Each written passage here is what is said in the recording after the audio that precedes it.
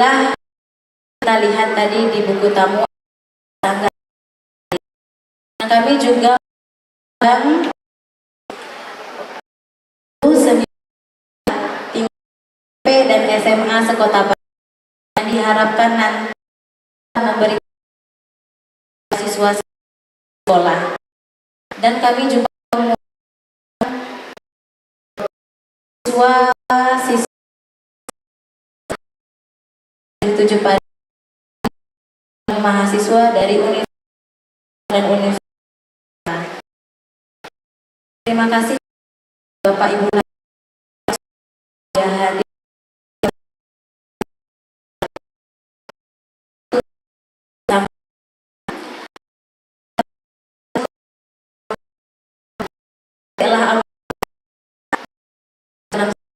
Maafkan warahmatullahi wabarakatuh.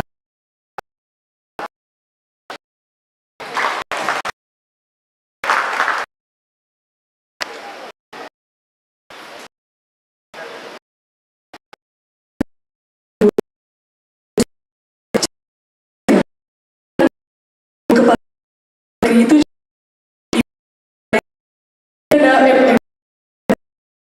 itu bersilah.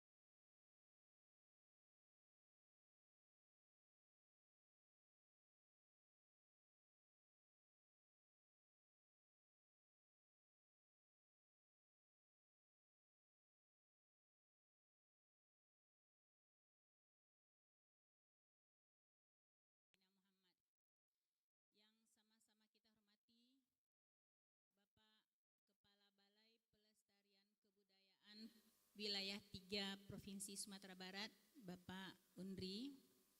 Yang sama-sama kita hormati Bapak Kepala Dinas Pendidikan Provinsi Sumatera Barat, yang mana dalam hal ini diwakili oleh Bapak Sekretaris Pendidikan Dinas Pendidikan Provinsi Sumatera Barat, Bapak Srianto. Yang sama-sama kita hormati Bapak Kepala Dinas Kebudayaan Provinsi Sumatera Barat. Seterusnya yang sama-sama kita hormati Bapak Kepala Dinas Pendidikan Kota Padang, yang dalam hal ini diwakili mungkin oleh Bapak Sawen, maaf Pak, saya lupa. Yang sama-sama kita hormati Ibu narasumber kita, Bu Profesor Puji Astuti, Profesor Dr. Puji Astuti, MHum. Yang sama-sama kita hormati Ibu Dr. Lora, Bapak Ibu Guru Pendidikan Seni SMP se-Kota Padang, Bukit Tinggi, Payakumbuh, Solok, dan Pariaman, yang sama-sama kita banggakan. Bapak Ibu Majelis Guru Karyawan Tata Usaha SMK 7 Padang, seterusnya siswa-siswi kami yang hadir pada hari ini, yang sangat kita banggakan. Saya sangat bangga sekali dengan adanya kegiatan ini diadakan di SMK 7 Padang. Nampak di sini sudah ada sinkronisasi antara sekolah SMK 7 Padang yang dulu namanya adalah SMKI atau Kokar, bekerja sama dengan semua instansi yang kami sebutkan tadi. Kegiatan forum diskusi perkembangan seni tari khususnya, perkembangan dan masa depan seni tari khususnya, memang adalah merupakan salah satu tanggung jawab kita yang ada di SMK 7 Padang. Dengan harapan Bapak Ibu, ke depan sekolah SMK 7 Padang dikenali lagi, diminati lagi oleh semua yang ada di Sumatera Barat. Sebagai sekolah seni satu-satunya di Sumatera, kita sangat berbangga sekali dengan kegiatan ini. Mungkin itu yang perlu kami sampaikan. Semoga kegiatan ini berjalan dengan lancar, dengan baik, sebagaimana yang kita harapkan. Terlebih dan terkurang, saya mohon maaf. Wabillahi taufiq hidayah. Assalamualaikum warahmatullahi wabarakatuh.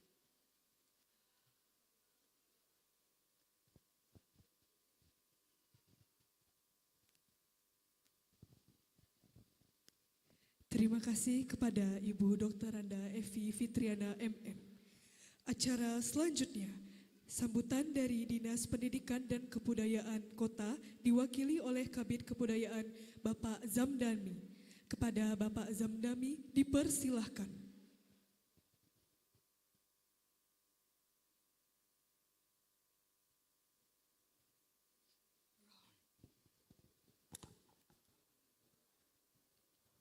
Assalamualaikum warahmatullahi wabarakatuh. Bismillahirrahmanirrahim. Alhamdulillahirrahmanirrahim. Wassalatu wassalamu ala asrafil anbiya wa mursalin wa ala alihi wa sahbihi rasulullah jema'in. Ya, sama-sama kita hormati Bapak Kepala Dinas Kebudayaan Provinsi Sumatera Barat. Ya, sama-sama kita hormati Bapak Kepala Dinas Pendidikan Provinsi Sumatera Barat yang diwakili Pak Suyanto dan Sekretaris Dinas Pendidikan Provinsi Sumatera Barat. Yang saya hormati Bapak Unri, beliau adalah Kepala Balai Pelestarian Kebudayaan Wilayah 3 Provinsi Sumatera Barat. Seterusnya yang saya hormati Bapak Kurator sekarang Pak ya, iya dari Provinsi Sumatera Barat. Yang saya hormati Ibu Profesor Pujiastuti yang pada hari ini akan berikan pencerahan yang luar biasa berkaitan dengan seni tari, terutama tari piring. Mudah-mudahan apa yang disampaikan beliau memberikan ide-ide kreatif untuk kedepannya bagi kita semua. Seterusnya yang saya hormati Ibu Lora yang nanti mendampingi Ibu Puji juga, Ibu Kepala Sekolah yang terhormat. Seterusnya kepada semua sanggar, kata apa tadi, ada 50 sanggar yang ikut dalam kegiatan kali ini dari berbagai sanggar yang ada baik di Kota Padang maupun di luar Kota Padang.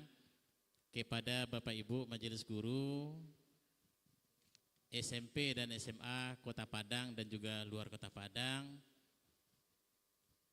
para siswa SMK 7, seterusnya kepada hadirin dan hadirat yang tidak tersebutkan satu persatu.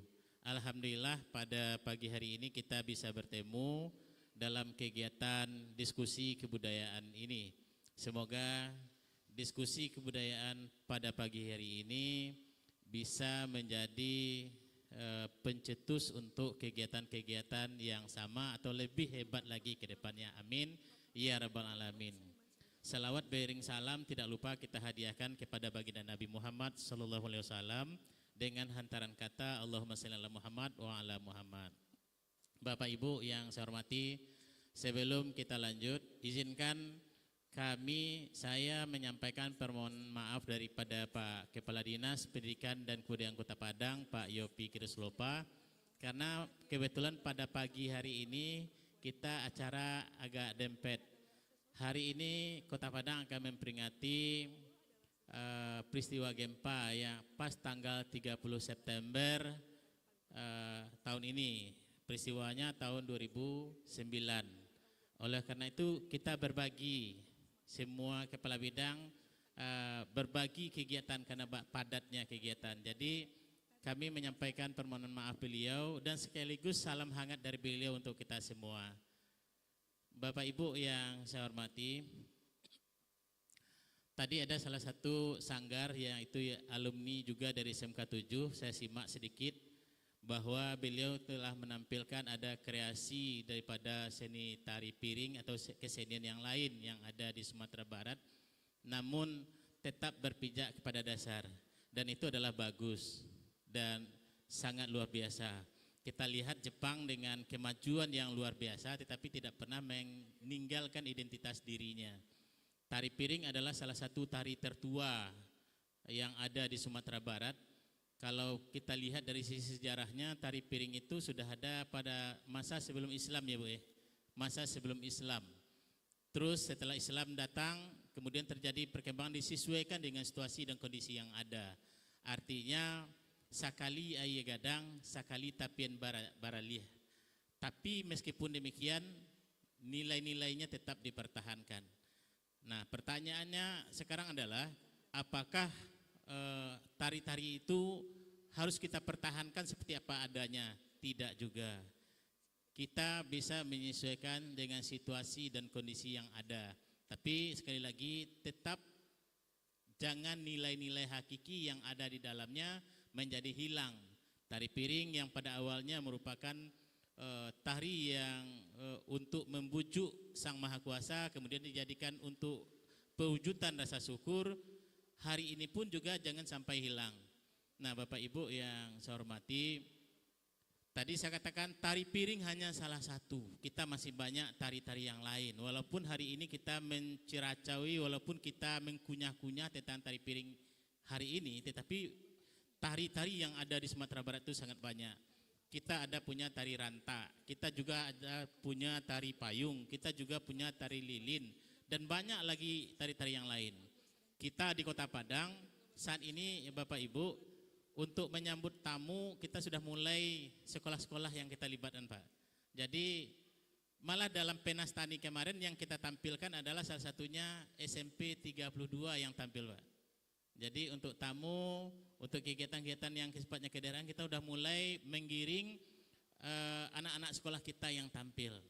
Dan kenapa kami lakukan itu? Tidak lain dan tidak bukan adalah selain untuk meningkatkan rasa bangga dalam diri mereka, sekaligus dalam pewarisan budaya dan nilai-nilai yang ada di dalamnya. Dan ke depan kita akan tetap seperti itu. Kita Kota Padang sangat dengan kebudayaan Minangkabau. Oleh karena itulah makanya pada tanggal 19 September kemarin itu Bapak Wali Kota Padang mencetuskan, mencanangkan tentang kegiatan keminangkabauan di sekolah-sekolah yang ada. Jadi Bapak Ibu semua kalau pergi ke sekolah-sekolah di Kota Padang terutama pada hari Selasa akan beragam pakaian mereka. Akan berarti bahwa kegiatan ini adalah salah satu dari banyak rangkaian kebudayaan Minangkabau yang sudah lama mungkin kita lupakan. Mudah-mudahan kegiatan ini menjadi cikal bakal pertumbuhan atau tumbuh kembangnya kebudayaan, tradisi keminangkabauan untuk kita di Kota Padang secara khusus dan Sumatera Barat secara umum. Sehingga dengan harapan kegiatan keminangkabauan, kegiatan untuk melestarikan nilai-nilai kebudayaan Minangkabau semakin semarak ke depan. Kami di Kota Padang akan berusaha semaksimal mungkin untuk bagaimana dari sisi kebudayaan mengembangkan nilai-nilai kebudayaan ini. Selamat kepada SMK 7 dan bimbingan dari Pak Unri juga, Pak Kadis Kebudayaan juga, Pak Dinas Pendidikan Kebudayaan Pak Yanto. Semoga apa ini tidak menjadi sesuatu hal yang sia-sia dan malah menjadi sesuatu hal yang luar biasa ke depannya. Demikian saja yang bisa saya sampaikan pada kesempatan ini. Mohon maaf atas segala kekurangan. Wabillahi taufiq wa hidayah. Wassalamualaikum warahmatullahi wabarakatuh.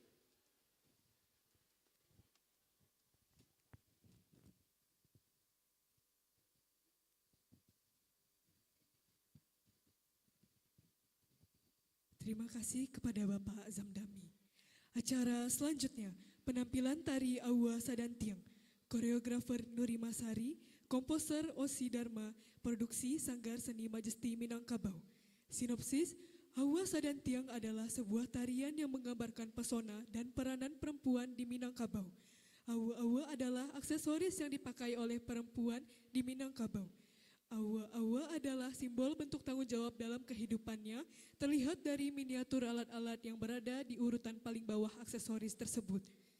Tari Awa Sadiantiang, gabungan dari tari awa-awa dengan tari Piriang sebagai bentuk semangat masyarakat Minang dalam menjalani kehidupan. Mari kita saksikan penampilan tari Awa Sadiantiang.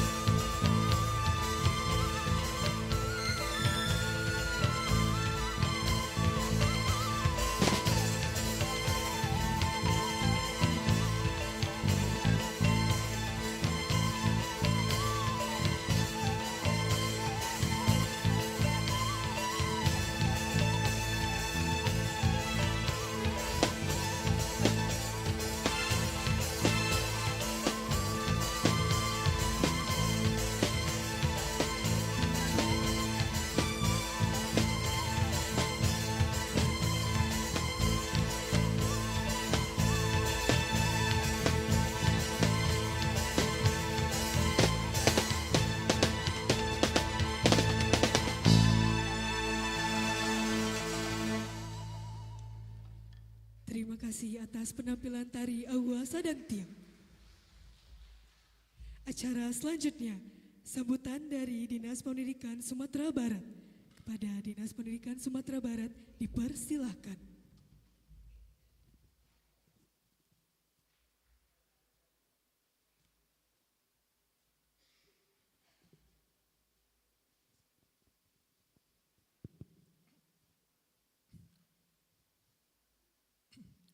Assalamualaikum warahmatullahi wabarakatuh. Nah, ini kurang semangat nih. Assalamualaikum warahmatullahi wabarakatuh. Alhamdulillah, alhamdulillahilladzi assalatu wassalamu ala asrofil anbiya'i wal mursalin wa ala alihi wa sahbihi ajmain amma ba'du. Puji dan syukur kita panjatkan kepada Allah Subhanahu wa taala atas semua limpahan rahmat, hidayah, inayah kepada kita semua, sehingga di pagi yang berbahagia ini ya, atas izin Allah kita bisa berhadir dalam rangka untuk kegiatan diskusi kebudayaan terkait dengan tari piring. Tadi subhanallah saya lihat, saya takut juga Bapak Ibu ya sebetulnya ya. Salawat bering salam semoga limpahkan kepada uswatun hasanah Nabi besar Muhammad Rasulullah SAW. Allahumma sholli ala Muhammad wa ali Muhammad. Yang kita hormati Bapak Kepala Dinas Kebudayaan Provinsi Sumatera Barat ya Pak Saifullah. Kemudian ini ada tetangga saya rupanya nih ya, Kepala Balai Pelestarian Kebudayaan Wilayah 3 Sumatera Barat. Ini tetangga saya, rumah saya kan di Belimbing nih ya, jadi tetangga. Nanti saya akan sering nanti berkunjung ke Bapak ya, Pak Undri ya, dari Kepala Dinas Pendidikan Kota Padang. Kemudian narasumber kita nih Ibu Profesor Pujastuti. Kemudian ini saudara saya juga nih waktu di Padang Panjang rupanya nih ya, Bu Lora ya Bu Dr. Lora. Sebagai informasi, anak beliau mengharumkan nama Sumatera Barat, Bapak Ibu hadirin semua. Peraih medali emas FLS 2N tahun 2023, tari kreasi. Tepuk tangan dulu untuk terima kasih Ibu. Kalau nggak berkat bimbingan, berarti memang gen itu menurun ya Bu ya. Bapak Ibu yang hadir, dari guru-guru seni ya, dari kepala sekolahnya nih ya, kepala sekolah SMK 7 Padang Bu ya, terima kasih atas waktu dan kesediaannya tempatnya. Kemudian Bapak Ibu yang hadir pada kegiatan ini dari MGMP Seni mungkin ya, Seni Budaya ya, terima kasih kehadirannya. Di permintaan maaf dari Bapak Kepala Dinas, beliau sekarang di Singkarak nih ya, sedang bersepeda mengelilingi Danau Singkarak ya. Jadi tadi mengamanahkan kepada kami untuk hadir dalam kegiatan ini. Yang pertama kita apresiasi nih Bapak Ibu ya, apresiasi. Memang seni ini adalah upaya manusia untuk menghaluskan hati kita sebetulnya ya. Kalau sekolah ini kalau selalu ketemu dengan matematik, fisika ya Bu Evi ya, sakit kepala kita. Tapi dengan ini kita dihaluskan hati kita ya. Jadi satu cara Allah menghaluskan hati kita dengan seni, dan itu merupakan memang bawaan diri kita ya. Kita ingin selalu suasana itu halus, nyaman, tentram begitu. Saya pengalaman pribadi pernah membawa tamu dari Kemendikbud, dari Sekjen Kemendikbud, Pak, takut dia ngeliat ini, dia orang Jawa. Iya kan, sampai nanya ke saya, Pak Yanto itu kakinya pakai apa katanya, ya kan ini mengerikan juga nih Bu, kalau yang nggak tahu memang takut. Kalau orang pertama kali melihat ini, memang ini, kalau saya udah berapa kali, sekarangnya masih takut juga ngelihatnya, iya kan, ya. Berarti kan butuh skill, teknik tertentu yang bisa membuat hal ini bisa semenarik mungkin, dalam tanda kutip aman juga begitu, ya. Malah yang kawan saya dari Jawa, Pak Saifullah, Pak Yanto ini pakai magic nggak begitu kan? Ada kawan saya yang waktu pas orang Kemendikbud saya bawa ke sini Bu Profesor, takut dia melihat ini nih, iya kan? Ya artinya memang menarik sekali. Sumatera Barat dengan keindahan alamnya, subhanallah, Allah malah kan ada satu pemeo ya, Allah menciptakan Sumatera Barat pada saat tersenyum katanya, ya kan? Indah semua Bapak Ibu, dan bisa dijual semuanya. Ya, bisa dijual semuanya, seluruhnya ya, bentang alamnya, kemudian kulinernya Bapak Ibu hanya ada 2, enak sama enak sekali. Bisa dijual itu. Iya. Kemudian juga tarian-tariannya, sampai pakaian-pakaiannya juga, wah itu subhanallah. Memang mencerminkan sesuatu kebudayaan yang tinggi nilainya di Indonesia ini. Jadi memang kita butuh Bapak Ibu, terutama rekan-rekan saya guru ya, guru seni dan budaya, butuh improvisasi terus menerus. Ya. Ini kawan-kawan kita, ananda kita ini punya nilai jual. Ya. Kalau nggak salah guru kesenian tuh apa yang SMK besok kan mau kunjungan muhibah ke Brunei kalau nggak salah Ibu ya. Iya. Kalau nggak salah juga akan membuat tarian ini Bapak Ibu. Jadi memang ini kan salah satu nilai jual kita. Sumatera Barat dengan semua kelebihan tadi berpotensi untuk mendatangkan wisatawan ke Sumatera Barat. Ya, dan kemarin juga sebagai informasi Bapak Ibu semua, Sumatera Barat wisata halalnya itu kan nomor 1. Ya, ya. Jadi nomor 1 ya Pak Saifullah ya. Kita dapat penghargaan dari Wakil Presiden Republik Indonesia, Ibu Profesor ya, di UNP diserahkan di itu. Jadi Sumatera Barat destinasi wisata halal nomor 1 di Indonesia. Tepuk tangan untuk kita bersama. Ini pun boleh jadi dari ini nih, iya kan? Iya. Jadi wisatawan datang ke Sumatera Barat, tapi nuansa keagamaan tetap ada begitu. Ini yang kita terus kita tumbuh kembangkan. Ya. Nomor 2 baru Nusa Tenggara Barat. Ya, jadi kita nomor 1. Ya, jadi wisata kulinernya, wisata budayanya, wisata bentang alamnya dan lain-lain. Ya, malah sekarang ada heritage school. Ini terima kasih kepada Balai Pelestarian. Saya waktu itu ngurusnya bukan di Belimbing ke sana ke Batu Sangkar. Jadi kami punya sekolah SMA 2 Bukit Tinggi Bapak Ibu. SMA 2 Bukit Tinggi itu waktu saya jadi kabit SMA dulu sekolah tertua di Sumatera rupanya Bapak Ibu. Baru tahu juga saya itu. Jadi sekarang sudah ada heritage school dari Kementerian Pendidikan Pak Saifullah ya. Itu tempat sekolahnya Pak Abdul Haris Nasution. Kaget juga saya. Jadi Abdul Haris Nasution tuh alumni SMA 2 Bukit Tinggi. Dulu namanya Quick School, sekolah raja. Ya, jadi itu kan contoh gitu. Makanya tadi saya ketemu dengan Pak Undri, wah ini kami akan terus berkolaborasi nanti. Iya, waktu itu saya idenya dengan Batu Sangkar, Balai Pelestarian Cagar Budaya. Jadi saya berhubungan ini katanya sekarang udah di kantor beliau. Aduh, alhamdulillah. Jadi ke depan kita banyak lagi heritage yang bisa kita jual dan pasti punya nilai sejarah yang tinggi sekali. Iya. Apresiasi dari kami semua terhadap panitia yang bisa mengangkat acara ini. Nanti Bapak Ibu narasumber ya, butuh pencerahan nih untuk guru-guru kita, ibu-ibu ya, terutama Bu Profesor Pujiastuti sama Bu Lora ya. Ya, pengalaman best practice Ibu itu mendidik anak sampai dapat FLS 2 ini bisa ditularkan Bu kepada ini. Saya yakin dan percaya ini karena tangan dingin Ibu ini. Ya, bisa jadi seperti itu. Nggak mungkin, artinya kita juga butuh kolaborasi yang kuat dengan isi Padang Panjang insya Allah. Baik Bapak Ibu, mungkin ini saja yang bisa kita sampaikan. Terima kasih atas waktu dan kesempatannya. Kepada Allah saya mohon ampun, kepada Bapak Ibu saya mohon maaf. Akhir kata wabillahi taufiq wa hidayah. Assalamualaikum warahmatullahi wabarakatuh.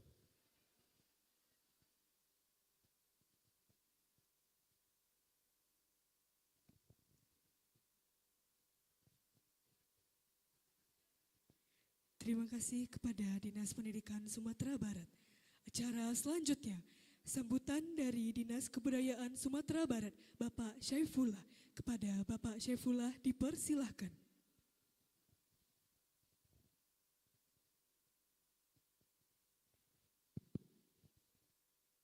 Kini waktu kita sudah jam 11 kurang ya. Saya sedikit saja. Assalamualaikum warahmatullahi wabarakatuh. Syukur kita kepada Allah, alhamdulillah, berselawat kepada Rasulullah, Allahumma shalli ala Muhammad wa ala Muhammad. Kita hormati Kepala Balai Pelestarian Kebudayaan, Pak Undi, Kepala Dinas Kota Padang, diwakili oleh Pak Samdani, Kepala Dinas Pendidikan Provinsi, Pak Suryanto, Sekretaris, Ibu Profesor Pujiastuti, Ibu Dr. Lora dan Ibu Kepala SMK, Bapak Ibu-Ibu guru-guru, para peserta FGD, anak-anak sekalian. Alhamdulillah saya juga ikut mengapresiasi kerjasama yang dilakukan oleh BPK dengan SMK 7 ini, sehingga pelaksanaan FGD ini dilaksanakan di SMK 7. Kata kuncinya memang kolaborasi ya Pak On. Kami juga dengan Dinas Kebudayaan juga pernah mengusulkan supaya anak-anak SMK ini bisa tampil di Dinas Kebudayaan itu minimal sekali seminggu. Sudah kami siapkan juga waktu itu dananya ya. Tetapi karena gedung kita memang kita sama-sama mengetahui yang bisa dipakai itu sekarang adalah galeri kalau untuk pameran, kemudian untuk lantai 4 kalau Bapak Ibu ingin pagelaran, penampilan-penampilan bisa dipakai. Untuk latihan, itu yang persoalan. Nah, kemarin Bu Len ada. Ya, sebelumnya saya sudah sampaikan juga bahwa kita di lantai 1 itu bisa untuk latihan. Ya, tapi karena lantainya agak kaset, seketek, itu mungkin kami licinkan. Minggu depan sudah sampaikan tuh Pak Datuk. Mohon maaf, saya juga berdua dengan Pomong Budaya bidang seni. Itu yang lantai 1 kita licinkan sedikit sehingga Bapak Ibu bisa latihan di situ. Ya. Begitu juga dalam bentuk yang lain, ya karena seperti kata Pak Suryanto tadi, ini untuk wisata, salah satu nilai jual kita adalah budaya. Maka kita terus saja menampilkan ya, penampilan-penampilan seni budaya dalam setiap event. Ada tamu, kemudian juga kita diundang sering ke luar negeri. Besok ke Australia kita juga membawa salah satu sanggar. Tapi karena sanggar itu banyak, tapi saya yakin setiap sanggar-sanggar itu ada hubungan dengan SMK 7 ya.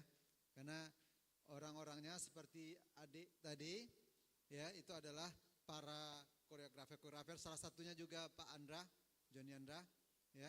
Itu juga koreografer ya. Banyak sekali alumni-alumni SMK 7 ini yang melahirkan banyak seniman budayawan, lalu nanti buat sanggar. Nah, sanggar-sanggar itu yang berkembang di seluruh Sumatera Barat, bahkan mungkin Sumatera ya, Indonesia. Nah, yang ke Yogyakarta juga teman-temannya Pak Datuk ini, itu juga banyak dari sini ya, asal mulanya, lalu nanti ke ISI, ada ke ISI Yogyakarta, tapi asalnya dari sini. Terima kasih dan apresiasi yang setinggi-tingginya kepada SMK 7, kepada Ibu Kepala, beserta jajaran di SMK 7 ini. Yang kedua, saya ingin sampaikan kepada Bapak Ibu bahwa salah satu kegiatan kebudayaan itu yang harus selalu ada itu adalah memang diskusi, FGD. Kita harus ada dialektika, kita harus bicara. Ya, sebelum kita tampil kita harus bicara. Tidak apa-apa beda pendapat. Yang harus dibiasakan di seni budaya ini beda pendapat. Ya. Tapi tidak menimbulkan permusuhan. Tidak apa-apa berbeda pendapat, nanti kita berlangkuran lagi. Ya, soal ini misalnya, ini beda pendapat ini karena orang tidak dapat penjelasan. Kalau ketua MUI kan Bapak Ibu juga tahu nih, ya pas ada Pak Gubernur di situ, dia keluar. Nanti dia dulu namanya ya, SMS waktu zaman dulu ya. Ini kan Pak IP. Saya tidak setuju gitu, ya. Karena mungkin tidak dapat penjelasan. Padahal ini kata Pak Suryanto tadi ini skill saja atau mungkin tipuan saja, seolah-olah ini debus. Padahal kita juga nginjak, kita tidak luka, ya. Tapi kalau pakai seperti kampung saya ya, Solonto, itu memang pakai jin dia. Kalau di Solonto bisa bukan ini aja, kaca itu dimakan, semprong dimakan, api dimakan, tapi bukan dia yang makan, ya setan yang makan. Ya. Tapi kalau ini saya rasa ini skill saja, tidak akan luka ya. Tapi 2 kali orang kementerian luka, mungkin salah piring dibawa ya. Itu mungkin tidak apa-apa beda pendapat, silakan nanti didiskusikan, kita apakan. Yang namanya tradisi, ya kata Pak Samdani tadi, kita tetap melestarikan, melindungi, tapi ada salah satunya nanti pengembangan. Pengembangan itu apa? Boleh ada ya kreasi-kreasi, boleh ada inovasi, improvisasi, ya. Nah, sejauh tidak menghilangkan orisinalnya, ya. Saya rasa SMK 7 harus banyak ke situ. Samping memelihara tradisi, bagaimana muncul ya kreasi-kreasi baru, inovasi-inovasi dari tradisi-tradisi yang ada itu, ya, dikembangkan supaya dia layak jual. Ya, kalau kita tidak ada improvisasi, tidak ada kreasi, nanti dia orang nonton 2 kali ya, kok lah dalam botol telur dumanya kan, ya, tentu tidak menarik. Nah, kalau awak nilahi, kalau ambo di kampung, ambo lah besok jangan seni budaya kok. Kalau dulu tuh pakai dama, satu lo ambo menari itu kan, pakai dama dulu, dan itu juga salah satu. Saya rasa kalau dimunculkan sekali-sekali tidak apa-apa, karena tidak muncul lagi. Ada musik berbeda gitu kan, ya, orang akan mengikuti. Jadi saya mendukung ada diskusi ini, silakan beda pendapat, ya, muncul nanti pendapat-pendapat yang berbeda. Yang terakhir, terima kasih kepada Pak Undi, pada BPK yang telah mengaktifkan juga kebudayaan di Sumatera Barat ini, ya.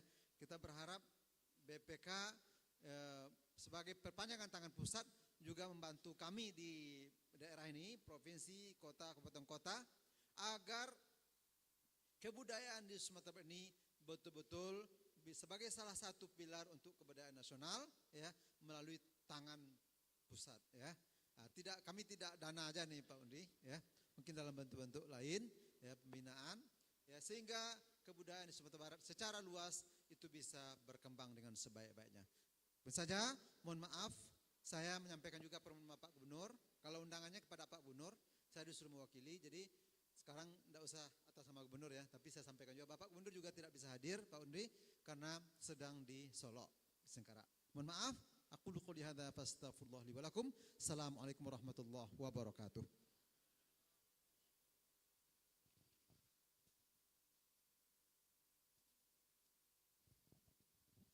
Terima kasih kepada Bapak Syaifullah. Acara selanjutnya, penampilan tari piring tradisi Bayua oleh Sanggar Rukun Keluarga Bayua Pusako Minang. Mari kita saksikan tari piring tradisi Bayua.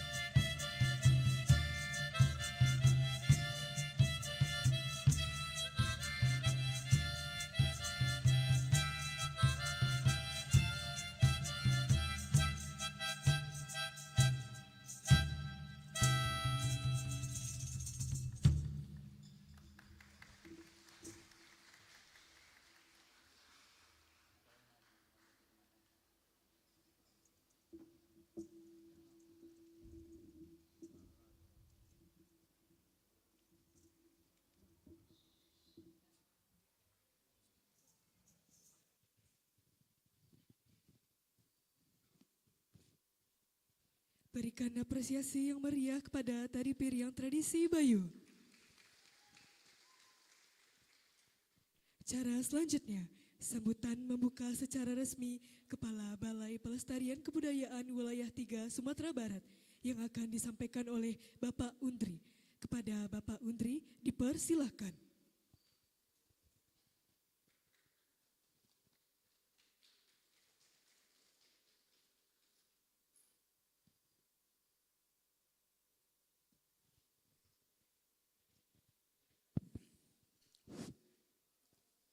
Bismillahirrahmanirrahim. Assalamualaikum warahmatullahi wabarakatuh. Alhamdulillah.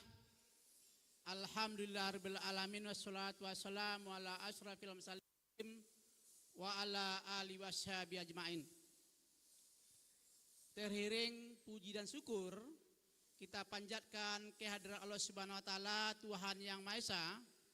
Pada pagi hari yang cerah ini kita dapat melaksanakan acara pembukaan, kemudian dilanjutkan diskusi kebudayaan tentang perkembangan tari piring yang insya Allah akan kita lakukan setelah pembukaan kegiatan ini. Selawat berterselamatan sampaikan kepada arwahnya Nabi besar kita Muhammad Sallallahu Alaihi Wasallam. Yang sama-sama kita hormati Pak Kepala Dinas Kebudayaan Provinsi Sumatera Barat Pak Saifullah. Terima kasih Pak atas kehadiran. Yang sama-sama hormati Pak Kadis Pendidikan.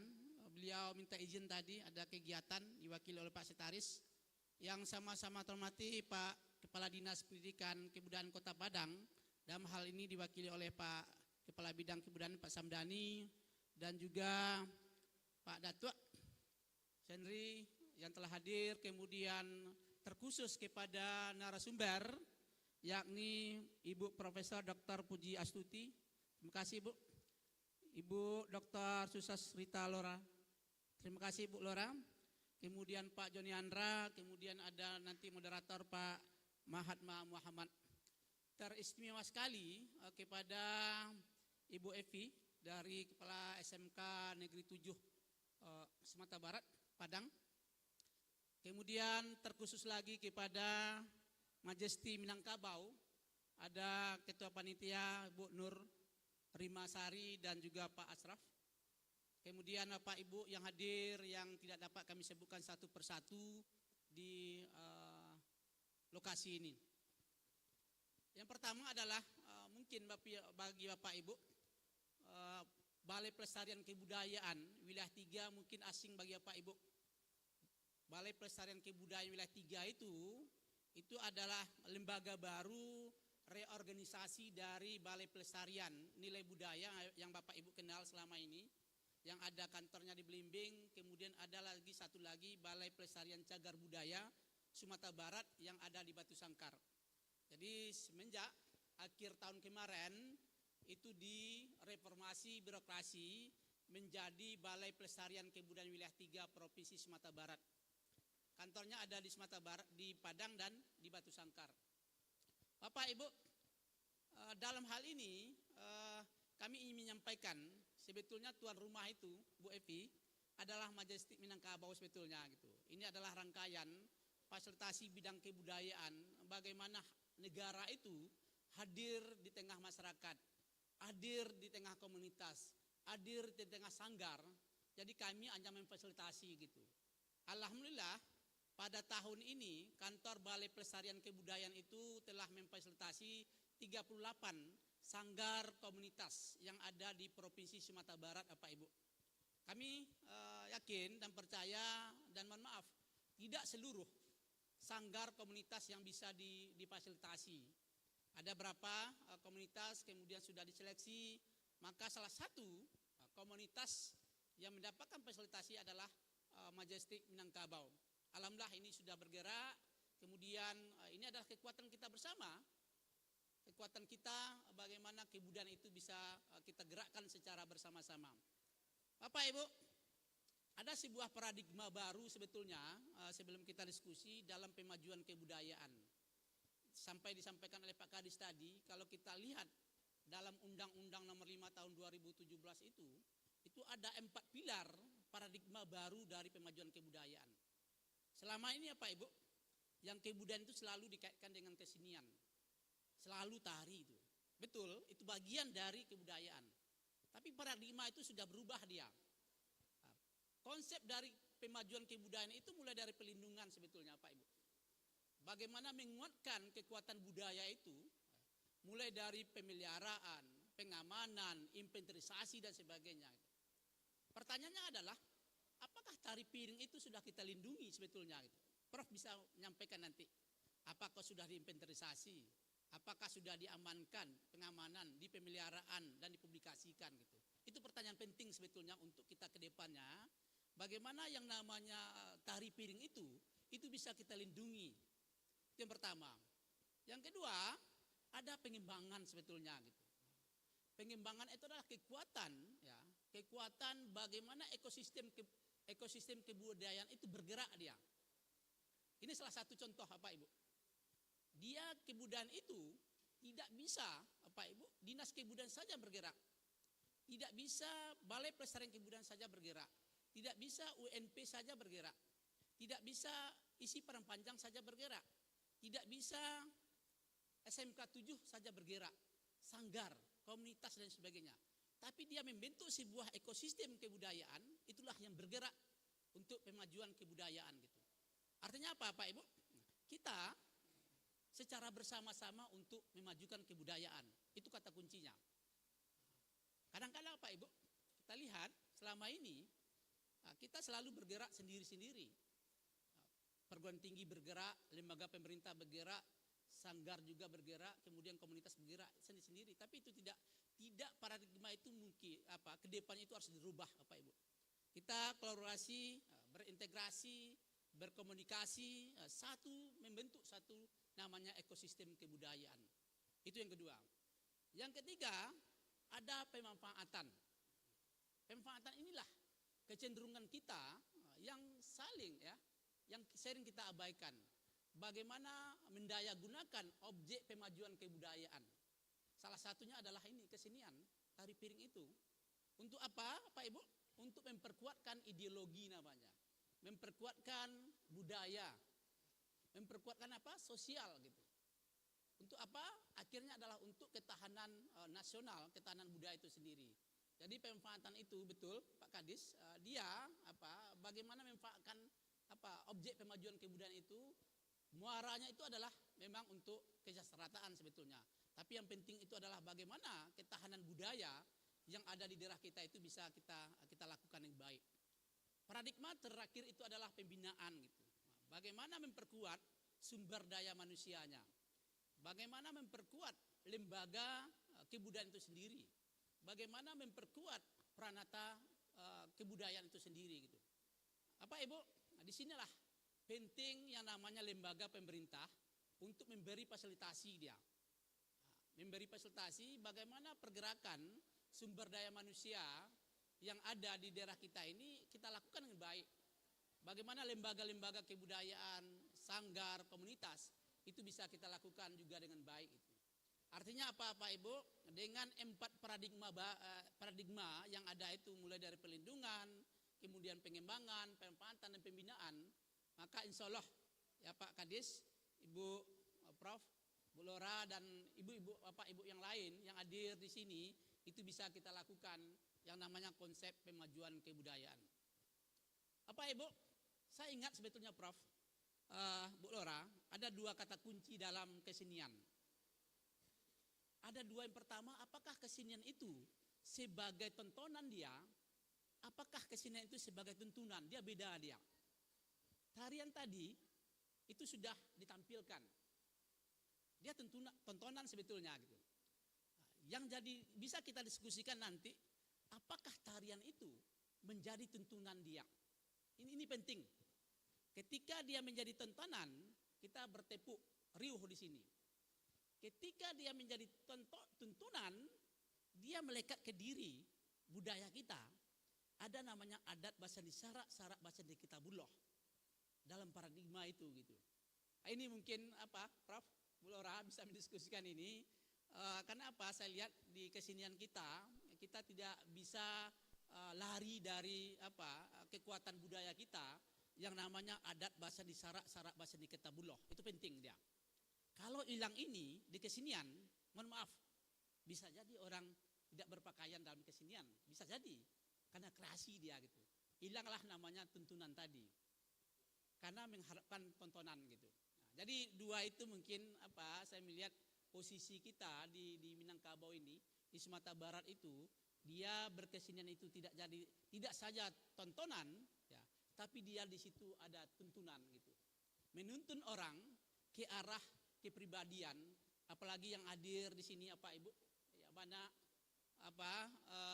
generasi muda yang penting kita tanamkan tuntunan tadi gitu. Apalagi ada Bu Dewi saya lihat dari Sanggar dan kawan-kawan di sini, dari media juga hadir. Inilah corong kita bagaimana sebuah kesenian bergerak itu tidak melihat posisi tontonan saja, tapi dia di situ ada tuntunan gitu. Itu saja dari kami. Terakhir kami mengucapkan terima kasih banyak Bu Evi atas sudah memfasilitasi ini. Teruntuk sekali kepada Majesti Minangkabau, teruslah bergerak, teruslah berkarir untuk memajukan kebudayaan di Sumatera Barat ini. Kami mengucapkan mohon maaf, pemberian fasilitasi itu tidak banyak sebetulnya, karena banyak yang harus difasilitasi, tapi saya lihat dengan adanya kemauan dari Majesti Minangkabau, kami mengucapkan apresiasi yang paling tinggi sekali. Itu mari kita tepuk tangan kepada Majesti Minangkabau. Terima kasih Bapak Ibu, mohon maaf kalau ada kekeliruan dengan mengucapkan dan seizin Bapak Ibu, diskusi perkembangan tari piring dan masa depan tari piring itu sendiri secara resmi kita buka dengan mengucapkan Bismillahirrahmanirrahim. Akhirul kalam, mari kita berdiskusi. Satu tadi Bu, harus kita jawab sama-sama, apakah kesenian itu sebagai tontonan dia atau tuntunan. Ini harus kita pecahkan, mungkin tidak hari ini tapi juga untuk masa yang akan datang. Terima kasih, mohon maaf. Wabillahi taufiq wal hidayah. Wassalamualaikum warahmatullahi wabarakatuh.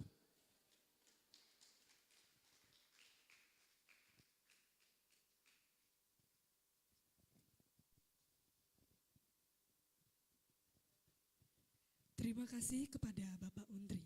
Acara selanjutnya, diskusi kebudayaan yang akan dipimpin oleh moderator Mahatma Muhammad MSN.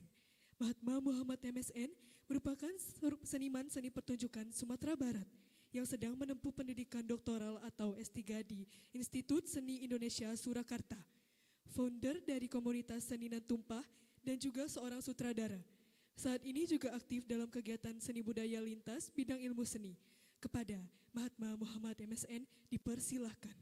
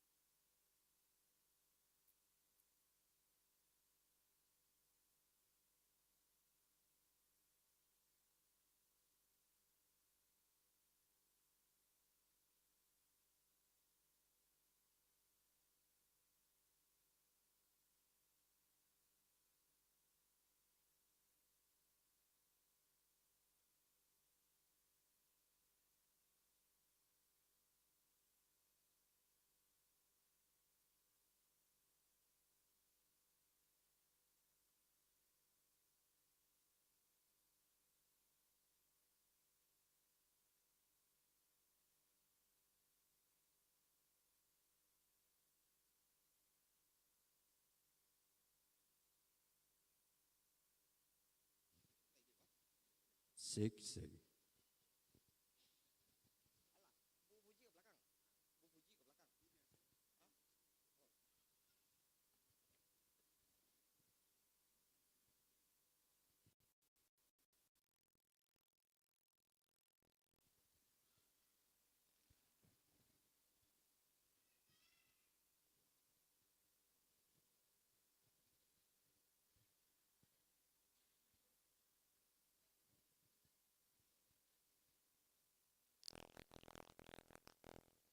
Assalamualaikum warahmatullahi wabarakatuh.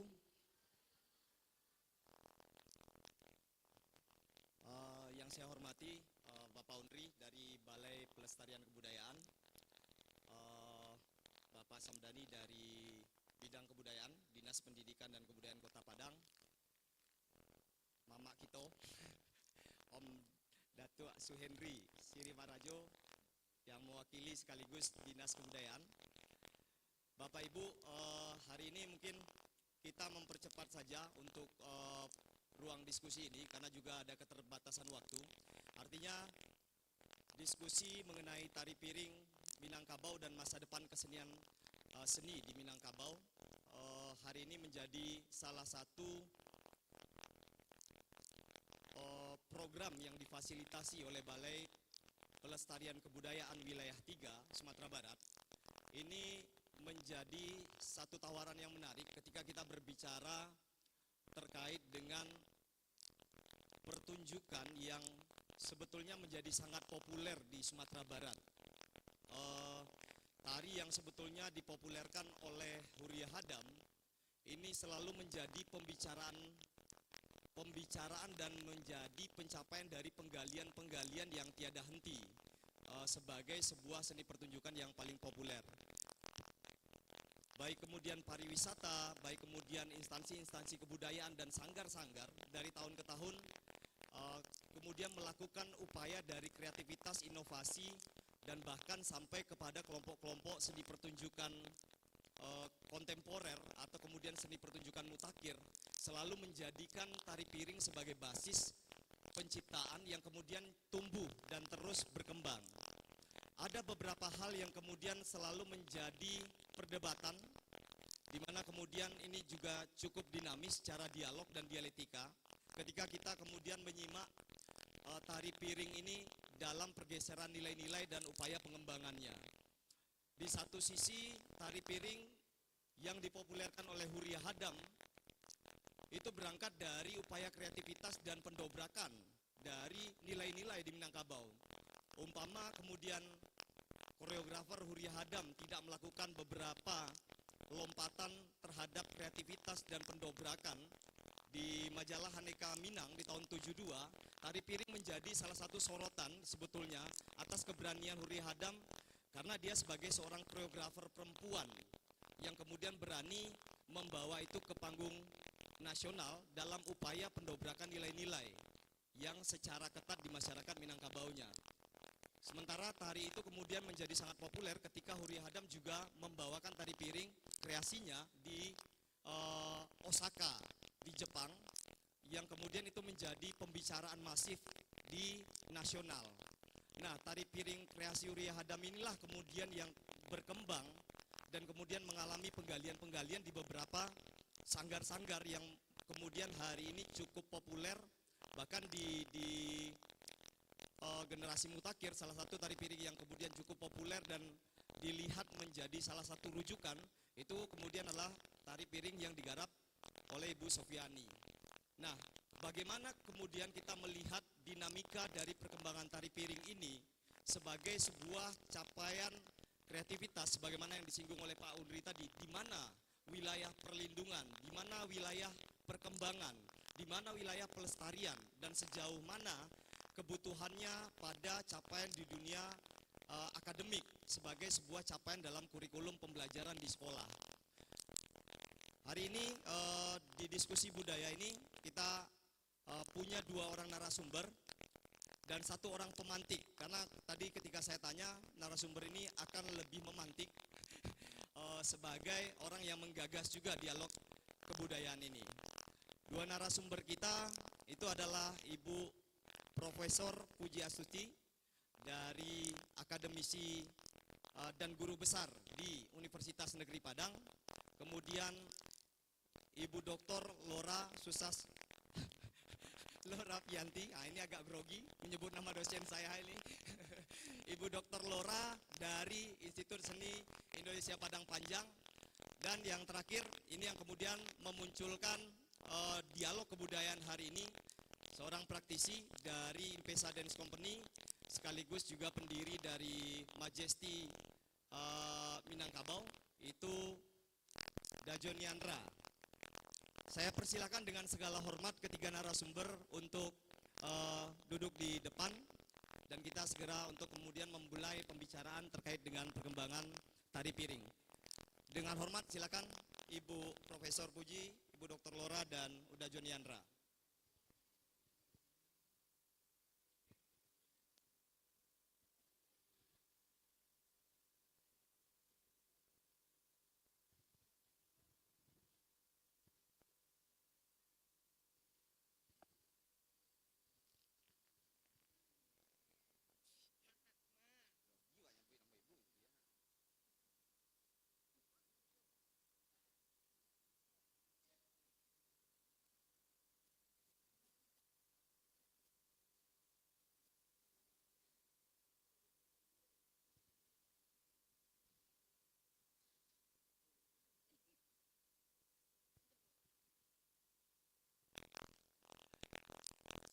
Baiklah, ketiga narasumber sudah hadir di sini dan kemudian kita akan langsung saja membahas bagaimana nanti mungkin dari masing-masing kacamata para narasumber kita akan mulai sesi pertama ini dari perkembangan tari piring dari sudut pandang masing-masing narasumber. Tahun 2016 tari piring ditetapkan menjadi warisan budaya tak benda Sumatera Barat. Sebagaimana kita tahu, tari piring ini di dalam perkembangannya konon, nah ini nanti narasumber mungkin bisa untuk kemudian mempertegas, konon tari ini sudah ada sejak abad ke-12. Tapi baru ditetapkan kurang lebih 7 tahun yang lalu sebagai warisan budaya tak benda dari Provinsi Sumatera Barat. Nah, bagaimana upaya sejak ditetapkan sebagai WBTB atau warisan budaya tak benda itu dalam upaya perlindungan dan pengembangan tari piring pasca ditetapkan, mungkin kita kemudian akan bertanya lebih jauh kepada ketiga narasumber. Untuk sesi yang pertama, saya minta kepada Dajoniandra sebagai praktisi, karena sebetulnya dalam beberapa tahun terakhir seniman yang paling berisik di media sosial terkait dengan tari piring ini, saya juga cukup mengikuti. Paling berisik itu di media sosial khususnya Facebook, itu Dajoniandra. Silakan Dajoniandra, kira-kira apa nih terkait dengan tari piring ini yang kemudian menjadi kegelisahan dari Dajoniandra? Silakan. Terima kasih Bung Mahatma. Pak Undri izin, Bapak-bapak semuanya izin. Baik, Bapak Ibu hadirin berbahagia, terima kasih atas kehadirannya. Beliau berdua ini adalah salah dosen-dosen yang luar biasa dan pasti paham dengan persoalan tari piring. Dan sebetulnya saya belajar tari piring pun dari sini, dari SMK 7. Guru-guru saya hadir di sini. Dulu kami belajar tari piring tidak boleh pakai jimai. Bahkan sampai pecah piring tuh. Ambo singgung seketik persoalan ini adalah ketika di sanggar-sanggar anak-anak sering anak-anak dibiasakan pakai jimai. Ini menjadi persoalan juga sebetulnya. Tapi sebetulnya yang seperti disinggung Mahatma, mungkin saya orang yang paling nyinyir dalam persoalan tari ini di media sosial. Karena ada kegelisahan bagi saya melihat kondisi tari piring. Kenapa saya bilang seperti itu? Kalau kita amati sekarang, tari piring seperti yang tadi informasi bahwa dia ada di catatan di Kemendikbud itu abad ke-12 tari piring sudah ada. Kalau dulu sebagai tempat media pemujaan, kalau literasi yang kita baca. Sebelum Islam masuk, kemudian berubah tari piring tersebut. Artinya filosofi Minangkabau adat Basandi syarak-syarak Basandi Kitabullah sudah dipegang. Bagi saya sebagai orang Minang, filosofi tersebut harus kita pegang dalam seluruh tatanan kehidupan kita, termasuk dalam seni budaya itu sendiri. Kita lihat, saksikanlah ibu-ibu atau bapak-bapak kalau acara barale, wedding, itu rata-rata tari piring selalu dipecahkan piringnya. Betapa mubazirnya kita. Dan apakah nenek moyang kita juga mubazir seperti itu? Bahkan saya mendapatkan sebuah informasi bahwa tari piring juga merupakan sarana hiburan bagi orang tua kita dulu. Mereka ke sawah, kemudian istrinya datang, mereka menyediakan makanan untuk suaminya di sawah, sambil istirahat, ngopi, bapak-bapak ini nari piring. Muncullah pupuk batang padi, gitu. Seperti itu cerita-cerita dulu yang saya terima. Tapi sekarang saya melihat terjadi pergeseran, berlomba-lomba kita memecahkan piring. Salusin dipijaknya sampai berdarah. Sebetulnya pertemuan ini saya pengen ada semacam kesepakatan kita bersama, kita benahi ini ke depan. Kenapa saya berpendapat? Bukan saya menyalahkan, mungkin sebagian dari teman-teman koreografer tari piring kreasi ini berpikir ini bentuk kreativitas. Tapi sampai di mana batas kreativitas kita? Apakah semubazir itu kita? Kemudian dari kostum kita perhatikan. Saya ngamati di atas itu tingkulak tanduk bundokan doang, kadang-kadang duo lengge. Di bawah bagalembong. Apakah tidak mampu tari piring ini pakai kode? Saya pikir bisa. Terbukti tadi tari Awa Sadantiang pakai kode. Karena alasan mereka menggunakan pakaian seperti itu katanya tidak bebas bergerak. Mungkin itu yang menjadi. Nanti mungkin Ibu Lora, Prof. Puji bisa menjelaskan. Saya pernah menyaksikan, jadi kekaguman saya untuk penari Minang untuk tari piring itu di Bu Lora. Karena saya pernah menyaksikan beliau nari piring menggunakan properti piring di Anggunan Tonggaya ini. Itu karya beliau, itu kontemporer tapi beliau berpijak pada tari piring dan itu luar biasa. Dan kaget juga, ternyata beliau juga tidak memecah piring di sana. Setidaknya ini pantikan yang ingin saya sampaikan agar ini terjadi sebuah kesepakatan bersama. Sampai di mana sih batasan-batasannya? Dan makanya kita undang para pakar kita di sini, ada Prof. Puji, ada Ibu Dr. Lora gitu. Nah, saya berharap guru-guru atau sanggar-sanggar yang ada, ayo kita sama-sama. Dan yang ironis sekarang, penari laki-laki khusus tari piring, saya heran, kenapa harus pakai laca? Laca itu aksesoris perempuan. Ayo, sampaikan kepada anak-anak kita, penari, kalau ini keterkaitan dengan penari Minang masa depan, kenapa lipstik penari pria lebih tebal pada perempuan? Kenapa lenggoknya lebih dari padu-padusi? Mohon maaf, kita buka di sini. Penari Minang cowok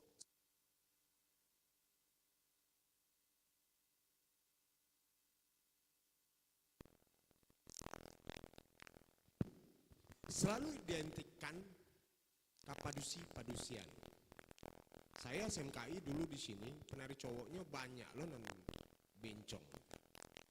Tapi ketika di atas panggung mereka adalah sosok pria yang perkasa.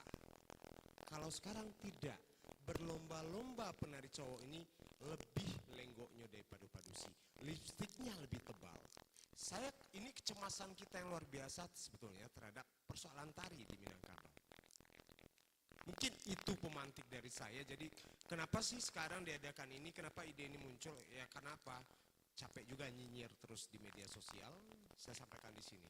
Bahkan saya tahu ada grup WA yang membenci Joni Andra karena terlalu mengkritisi persoalan tari piring ini.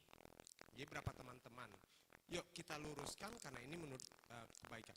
Tapi kalau kita sepakat misal bersama di sini, boleh kok pecah piring, ayo kita sepakati bersama. Tapi dasarnya apa? Mungkin seperti itu.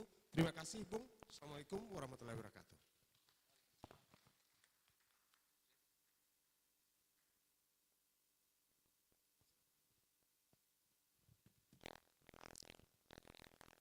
Ya, terima kasih Dajoni Andra.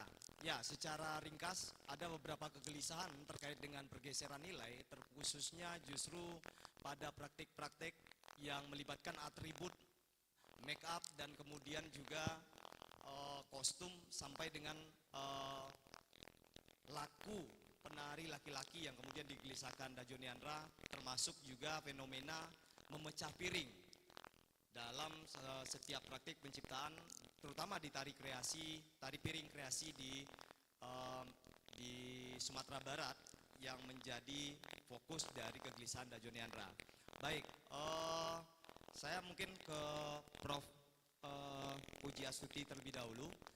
Di Universitas Negeri Padang, saya pikir yang konsentrasinya kepada pendidikan, yang konsentrasinya kepada guru-guru seni budaya, yang mana nanti lulusannya tentu saja juga menjadi salah satu pintu masuk terhadap praktik dari pembelajaran tari piring di sekolah-sekolah.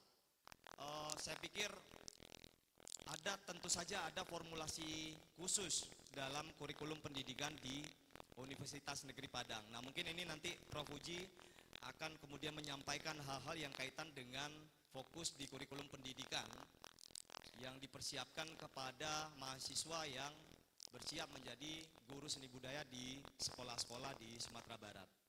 Waktu dan tempat saya persilakan Ibu Prof. Puji Astuti.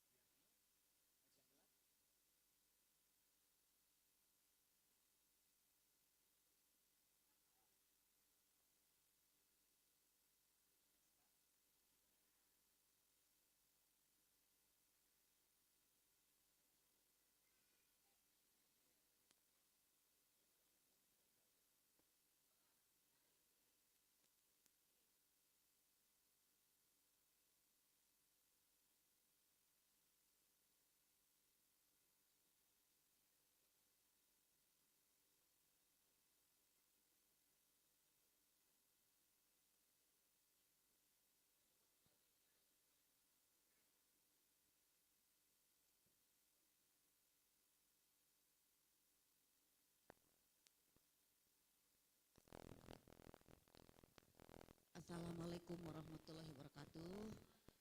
Yang terhormat Bapak petinggi kita yang berada di depan sekarang. Terus kita mengucapkan terima kasih yang sebesar-besarnya juga pada panitia dalam hal ini Sanggar Mayesti yang telah melakukan kegiatan ini. Sebetulnya hal-hal momen yang seperti ini adalah hal-hal yang kita rindukan sebetulnya. Baiklah Bapak Ibu dan audiens sekalian, sebelum kita membahas kepada tari piring, saya sedikit mencoba untuk memberi ilustrasi sedikit bagaimana sebetulnya saya lebih fokus kepada perempuan, bagaimana perempuan itu di dalam berkesenian, yaitu performansi perempuan dalam kesenian. Kalau kita melihat ke belakang, sebetulnya kalau kita mengenal dulu kesenian itu adalah permainan anak nagari, yang terbayang itu adalah laki-laki. Artinya laki-lakilah yang berkesenian dan perempuan tidak mendapat peluang untuk terjun ke dunia lapangan kesenian itu. Namun sekitar tahun 50-an lah barangkali ya, dengan adanya tercatat Huria Hadam sebagai salah satu orang yang pertama mendobrak bagaimana kehadiran perempuan di dalam berkesenian. Tetapi kita melihat juga bagaimana bentuk-bentuk karya tari itu, baik di dalam penggunaan gerak maupun kostum, kayaknya masih tertata dengan baik. Nilai-nilai dan etika kebudayaan Minangkabau itu masih tercermin. Memang pada masa lalu, walaupun perempuan itu tidak hadir, tokoh perempuan itu diperlukan, tetapi dipakai dengan perempuan menggunakan pakaian, laki-laki menggunakan pakaian perempuan. Begitu penting sebetulnya. Jadi bukan berarti ada kita mendiskriminasikan perempuan, tapi awal ceritanya begitu. Kemudian dengan berjalannya waktu, izin Ibu Linda menayangkan fotonya, karena saya untuk Bu Linda ini sudah, Bu Lora sudah 3 kali penelitian mengambil narasumber dari Ibu Lora. Jadi saya fokus dari tahun 15 meneliti persoalan perempuan-perempuan ini di dalam berkesenian. Nah, kalau kita lihat perkembangan selanjutnya, kehadiran perempuan di dalam seni pertunjukan itu sudah mencapai kesetaraan gender. Hal itu tentu membahagiakan bagi kita. Artinya dulu yang tidak pernah dapat, sekarang dapat. Kemudian mulai dari Huria Hadam, kemudian dengan maksudnya pendidikan di sekolah formal, tentu kesenian itu tidak bisa dihindari oleh para perempuan. Maka perempuan mau tak mau ya ikut dalam berkesenian itu, khususnya dalam tari. Tetapi kalau sekarang secara umum, saya melihat ada kejanggalan. Ini terlepas dulu ya, tari tradisi atau kontemporer. Tapi bagaimanapun, ini memang ada mahasiswa saya ini yang membuat tari dalam bentuk katanya kontemporer. Nah, itu yang jadi tanda kutip. Kalau seperti ini tampilnya, tentu hal ini sangat tidak menunjukkan etika budaya Minangkabau. Namun hal ini ditanggap secara positif dan negatif. Ada sekelompok yang ingin lari dari akar budaya itu.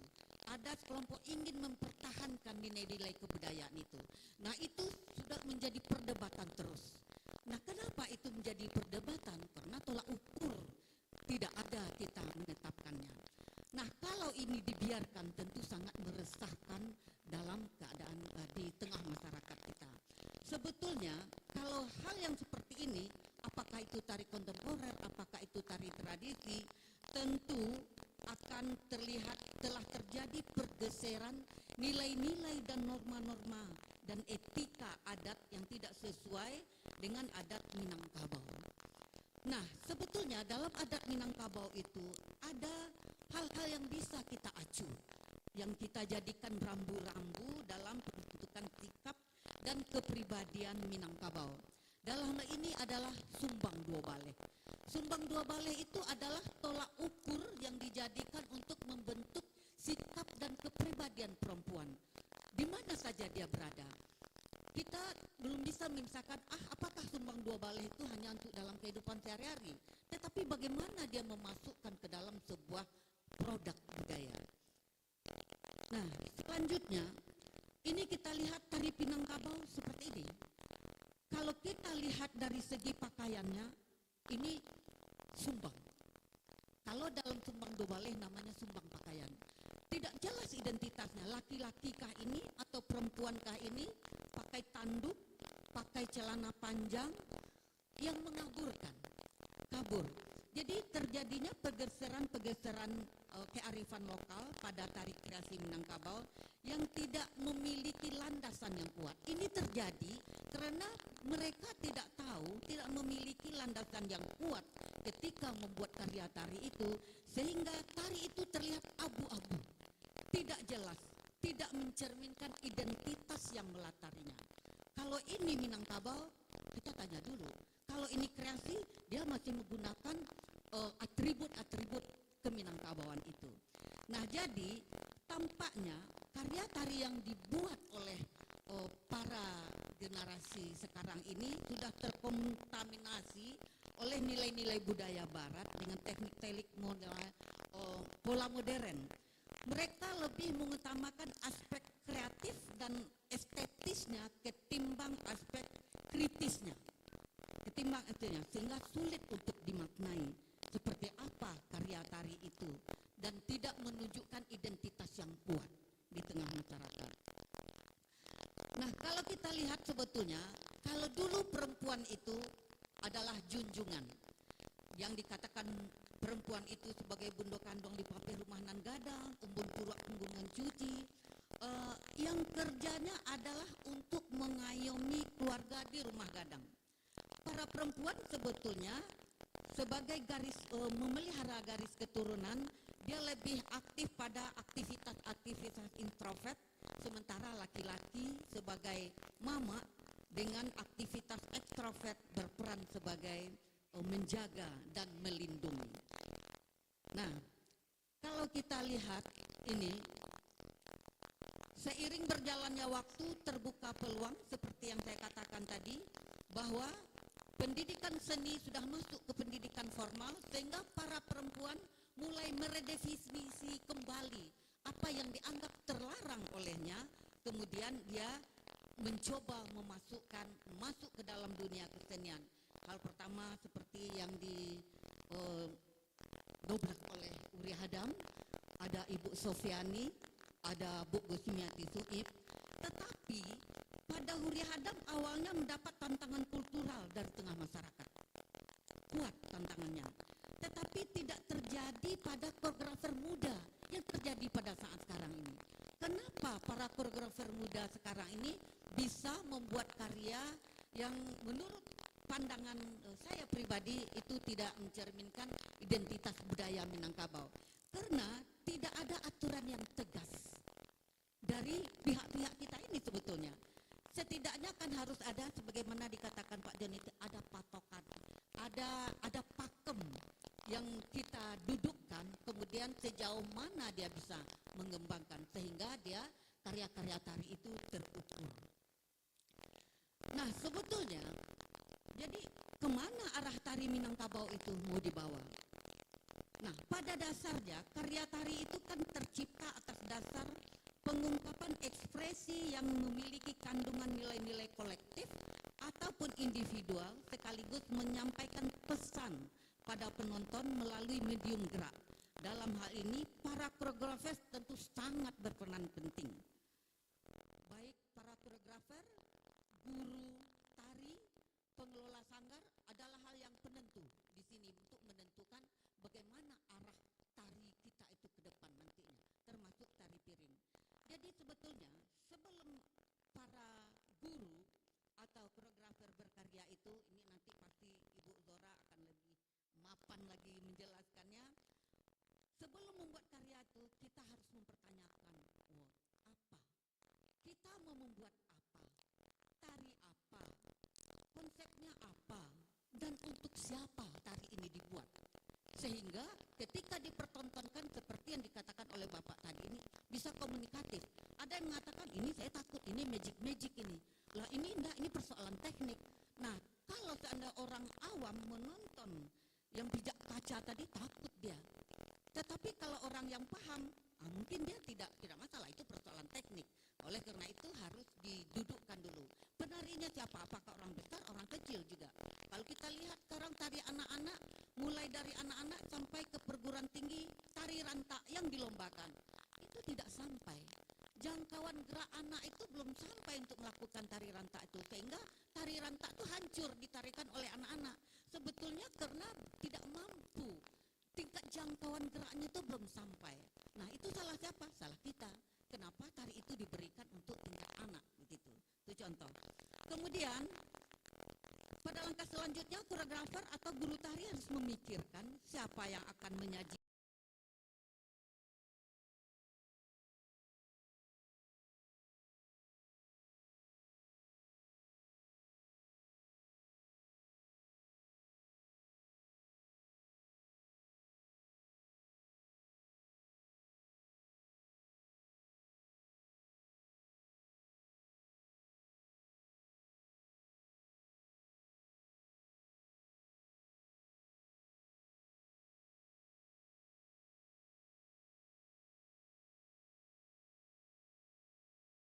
terlalu beragam. Nah, kemudian ada lagi pada tingkat selanjutnya tingkat why. Mulai menentukan pilihannya dengan alasan yang logis sehingga menetapkan arah dan bentuk tari itu yang akan disajikan. Kemudian selanjutnya koreografer juga berpikir bagaimana cara mengemas. Nah, ini yang paling penting. Bagaimana cara mengemas bentuk karya tari yang sesuai dengan tujuan yang hendak dicapai itu. Nah, sebetulnya di dalam Minangkabau itu ada nilai-nilai yang dapat diacu, dijadikan sebagai rambu-rambu sebelum kita bertindak. Dalam ini adalah nilai-nilai sumbang dua baleh. Ada sumbang duduk, sumbang tagak, sumbang diam, sumbang jalan, sumbang kato, sumbang caliak, sumbang pakaian, sumbang kerajo, sumbang tanyo, sumbang jawe, sumbang bagau, sumbang kurena. Walaupun tidak ke semua item ini bisa dimasukkan secara purgal ke dalam tari, tetapi ada beberapa hal yang bisa kita jadikan tolok ukur. Nah, dalam hal ini saya mencoba memaknai sumbang dua baleh itu ke dalam bentuk gerak. Kenapa saya ingin mencoba? Supaya bisa masuk enggak sumbang dua baleh ini menjadi tolok ukur. Walaupun tidak semuanya. Jadi saya umpamakan ini kalau perempuan sumbang tuh. Tetapi idealnya perempuan ini kira-kira beginilah. Contoh, ini contoh. Kemudian ada sumbang tagak, ada sumbang korena. Kita kembali kepada pendapat Sudarsono mengatakan bahwa ketika seseorang sedang melihat atau menonton sebuah pertunjukan, dalam hal ini tari, berarti orang sedang mempelajari budaya itu. Nah, kalau kita tidak menampilkannya sesuai dengan nilai-nilai yang terkandung dalam budaya kita, tentu akan terjadi pembohongan pada publik. Orang terkecoh. Karena saya ingat, itu pernah langsung. Ketika baik saya sedang ujian master dulu walaupun sedang nonton, yang terbayang bagi orang kalau orang Minang itu menari, pakaiannya tutup aurat, tutup kepala. Jadi ketika itu ada pertunjukan dari Minangkabau tampil di Jogja yang buka setengah baju perempuan. Langsung saya di tempat, Ibu Puji, emangnya orang Minang ini begini ya? Wah, itu kan belum tahu tari Minang, saya bilang. Iya, tetapi kan orang Minang kan, musiknya Minang. Nah, jadi persepsi orang dalam image orang perempuan Minang itu seperti ini loh gitu. Tapi kenapa kita tidak memperhatikan nilai-nilai itu? Kemudian juga Anya Petersen mengatakan, menarilah Anda, saya akan tahu dari mana asal Anda. Artinya tari itu adalah sebuah identitas. Tari itu bisa menjadikan cerminan dari budaya kita. Oleh karena itu, hendaklah ketika kita membuat karya tari itu tidak terlepas dari nilai-nilai budaya yang melatarinya. Walaupun kita mengkreasikan, tapi tidak tercabut dari akarnya. Ini yang terjadi, dikatakan dia tari Minang sudah tercabut dari akarnya, dikatakan tari kontemporer belum sampai kepada tari kontemporer itu. Musik masih Minang, pakaian masih Minang, tapi geraknya Allahualam. Nah, itu menjadi bingung, menjadi abu-abu. Kemudian juga Alfred mengatakan bahwa kalau kita berkarya, hendaklah dimulai dari etika. kemudian baru disusul dengan estetika, sehingga pertunjukan itu menjadi sebuah pesona pertunjukan yang bisa dinikmati dan sekaligus mencerminkan budaya yang melatarinya. Nah, kemudian juga ada juga pendapat Tubani mengatakan memang kalau tari budaya itu dua budaya dicampurkan tidak bisa, dia akan tabrakan budaya barat dengan budaya timur katanya, itu memang dia sangat berbeda. Nah, oleh karena itu tentu kita harus hati-hati juga ketika mengemas tari itu. Nah, kemudian setelah saya memaknai bagaimana Sumbang Dua Baleh itu ke dalam gerak, saya mencoba bagaimana memaknai, mentransformasikan kepada gerak tari. Ini salah satu contoh. Nah, ini kayaknya kalau dalam pemahaman saya itu sumbang. Perempuan membuka kaki secara purgal begitu. Kemudian mungkin bisa pemilihannya seperti ini, atau dia seperti ini, atau seperti ini. Nah, itu tergantung kreativitas para koreografer lagi. Tetapi setidaknya harus ada pijakan, ada tolok ukur yang kita pakai, sehingga kita tidak lari kemana-mana. Nah, kemudian setelah saya mencoba, di dalam Sumbang 12 itu ada 3 aspek yang bisa kita masukkan ke dalam tari itu, yaitu sumbang gerak. Nah, gerak itu meliputi sumbang duduk, tagak, diam, jalan, kerajo bisa dimasukkan ke gerak. Sementara sumbang kato, sumbang caliak, sumbang tanyo, sumbang jawek, sumbang bagau, sumbang kurenah ke etika, sumbang pakaian ke kostum. Nah, sekarang kan kita lihat dalam tari piring, perempuan bersorak-sorai, berteriak-teriak, itu tuh sumbang kurenah. Kemudian mungkin maksud para koreografer ingin menyemangati tari itu, tetapi cukup pemusik aja lah yang berteriak itu. Kemudian memecahkan piring. Kalau kita dulu sebetulnya perempuan Minangkabau itu, kalau perempuan itu meletakkan gelas, ada tamu jangan sampai berbunyi. Mencuci piring jangan badakia-dakia. Sekarang perempuan memecahkan piring, itu kan bertolak belakang sekali. Bertolak belakang kan. Apa iya begitu perempuan Minangkabau itu? Padahal dia biasanya hati-hati begitu.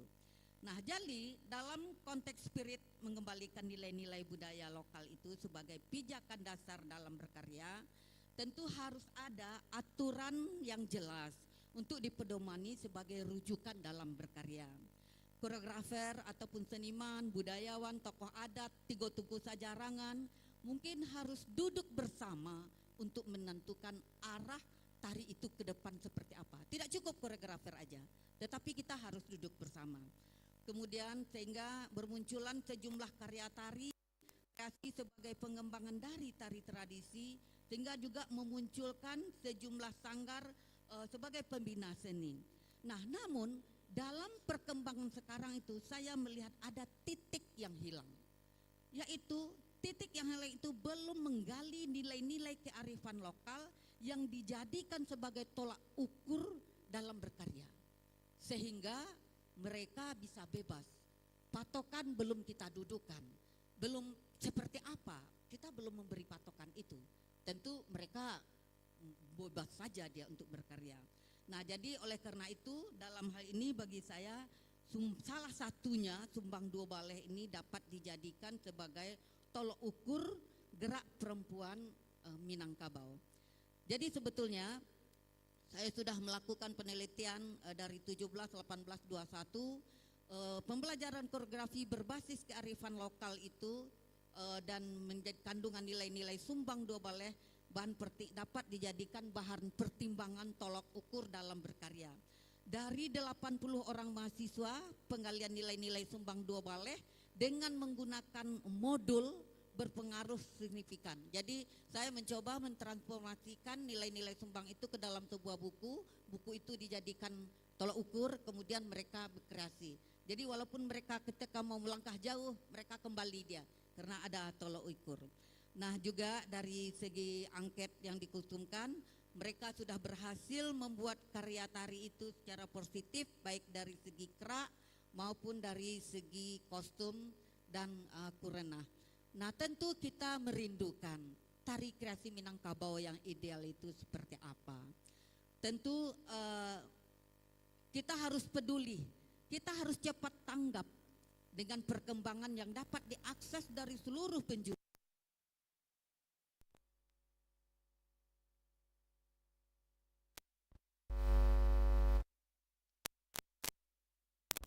Karakter, alangkah baiknya jika karya tari itu diciptakan memiliki pesan-pesan moral dengan muatan nilai-nilai edukatifnya. Sehingga harapan kita perempuan Minangkabau itu bisa menari berjalan di dalam koridornya. Nah, jadi dapat saya simpulkan bahwa sepanjang masyarakat lingkungan sistem di lingkungan sosial, nilai-nilai budaya milik kolektif haruslah terjaga sesuai dengan filosofi kebermaknaannya. Ide gagasan kreativitas bisa harus meliputi konten yang dapat dijadikan kajian diskursus sebagai ajang berekspresi kreasi sebuah karya seni. Contohnya Sumbang Dua Baleh, rambu-rambu dijadikan rambu etika berkesenian.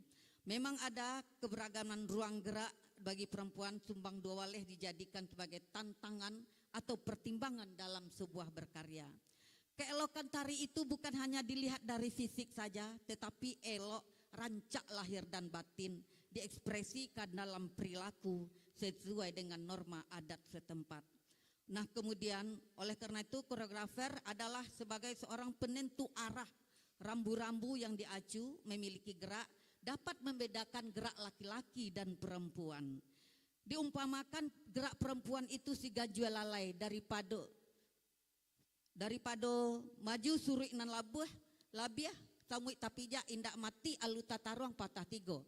Nah, yang sering kita jadikan aluta taruang patah tigo itu ditransformasikan ke dalam gerak secara vulgar sehingga perempuan boleh menyepak, menerjang, menjungkir dan sebagainya. Sebetulnya yang kita maknai di filosofi itu adalah esensinya. Esensinya apa? Perempuan itu harus cermat, hati-hati, berpikir sebelum bertindak. Jadi bukan ditransformasi secara vulgar. Jadi harus dimaknai, kemudian harus diiringi dengan berpikir terlebih dahulu sebelum bertindak. Diukur dengan raso jo pareso, raso di bawah naik, pareso di bawah turun. Penalaman nilai-nilai lokal tidak cukup hanya di sekolah saja, tetapi harus dimulai di tengah keluarga. Penanaman nilai-nilai budaya lokal dapat dipahami dan diterapkan dalam kehidupan secara berkelanjutan. Jadi menurut saya memang perkembangan tari piring pada saat ini sudah banyak menjalar kemana-mana, tetapi kita sadari juga tidak tahu bijak patokan itu lepas dari nilai-nilai. Kita ingin tari terlepas nilai-nilai budaya dibawa.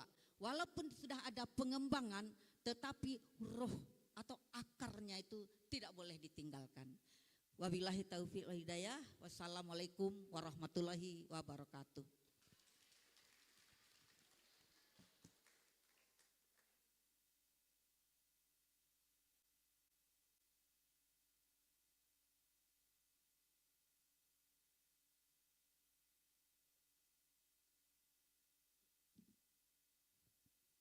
Baik, terima kasih Ibu Profesor Pujiastuti.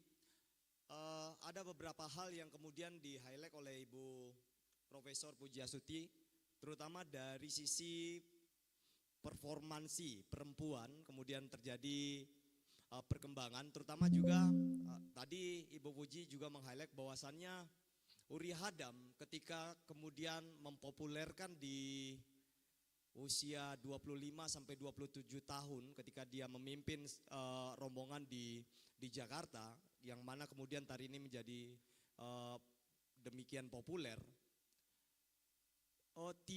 Memang terjadi kemudian semacam polemik dari pendobrakan nilai-nilai yang dilakukan oleh Uri Hadam. Tapi Uri Hadam secara tersirat tadi kalau saya coba terjemahkan dari Prof. Puji, tidak terlalu dia mampu mempertanggungjawabkan karena ada titik tolak ukur dari upaya penggalian tari kreasi yang dibawa bersumber dari tari-tari tradisi Minangkabau itu gitu. Nah, hari ini Prof. Puji juga melihat banyaknya ketercerabutan nilai-nilai kearifan lokal, terutama pada posisi performansi perempuan di karya-karya tari, kreasi, dan kemudian juga tari-tari kontemporer. Nah, maka kemudian tadi Prof. Puji mengusulkan bahwasannya harus ada semacam persamaan persepsi dari beberapa pemangku kepentingan, tidak hanya koreografer, tapi juga pemangku adat dan juga akademisi. Bagaimana kemudian mengusulkan salah satunya adalah Sumbang Dua Baleh sebagai juga tolak ukur dalam perkembangan tari kreasi, sebagai juga rujukan perkembangan tari kreasi khususnya tari piring di Minangkabau. Nah, berikutnya narasumber kita Ibu Dr. Lora Susas Ibu Susas Rita Lora Fianti. Nah, Ibu Lora, Bu Dr. Lora ini di Institut Seni Indonesia Padang Panjang, juga sekaligus praktisi seni yang saya tahu juga banyak sebagai koreografer dan masih aktif menari sampai hari ini. Dan sumber-sumber justru di karya S3 beliau, itu beliau justru mengangkat nilai-nilai ideal dari perempuan Minangkabau sebagai sebuah basis penciptaan di karya studi doktoral beliau. Nah, ini jadi menarik kalau kemudian tadi Bu Puji fokus pada praktik nilai, terutama pada capaian nanti outputnya adalah di guru-guru pendidikan, bagaimana kemudian di praktik penciptaan khususnya di Institut Seni Indonesia Padang Panjang yang peluangnya justru sangat besar persinggungan dengan kreativitas, tari kreasi dan juga penciptaan yang tumbuh di penciptaan atau praktisi-praktisi seni kontemporer kita hari ini justru banyak lahir dari isi Padang Panjang. Nah, ini bagaimana kemudian kita melihat pola dari tadi Bu Puji bilang estetika, etika dan estetika. Nah, ini bagaimana sudut pandang dari Bu Dr. Lora, kita persilakan.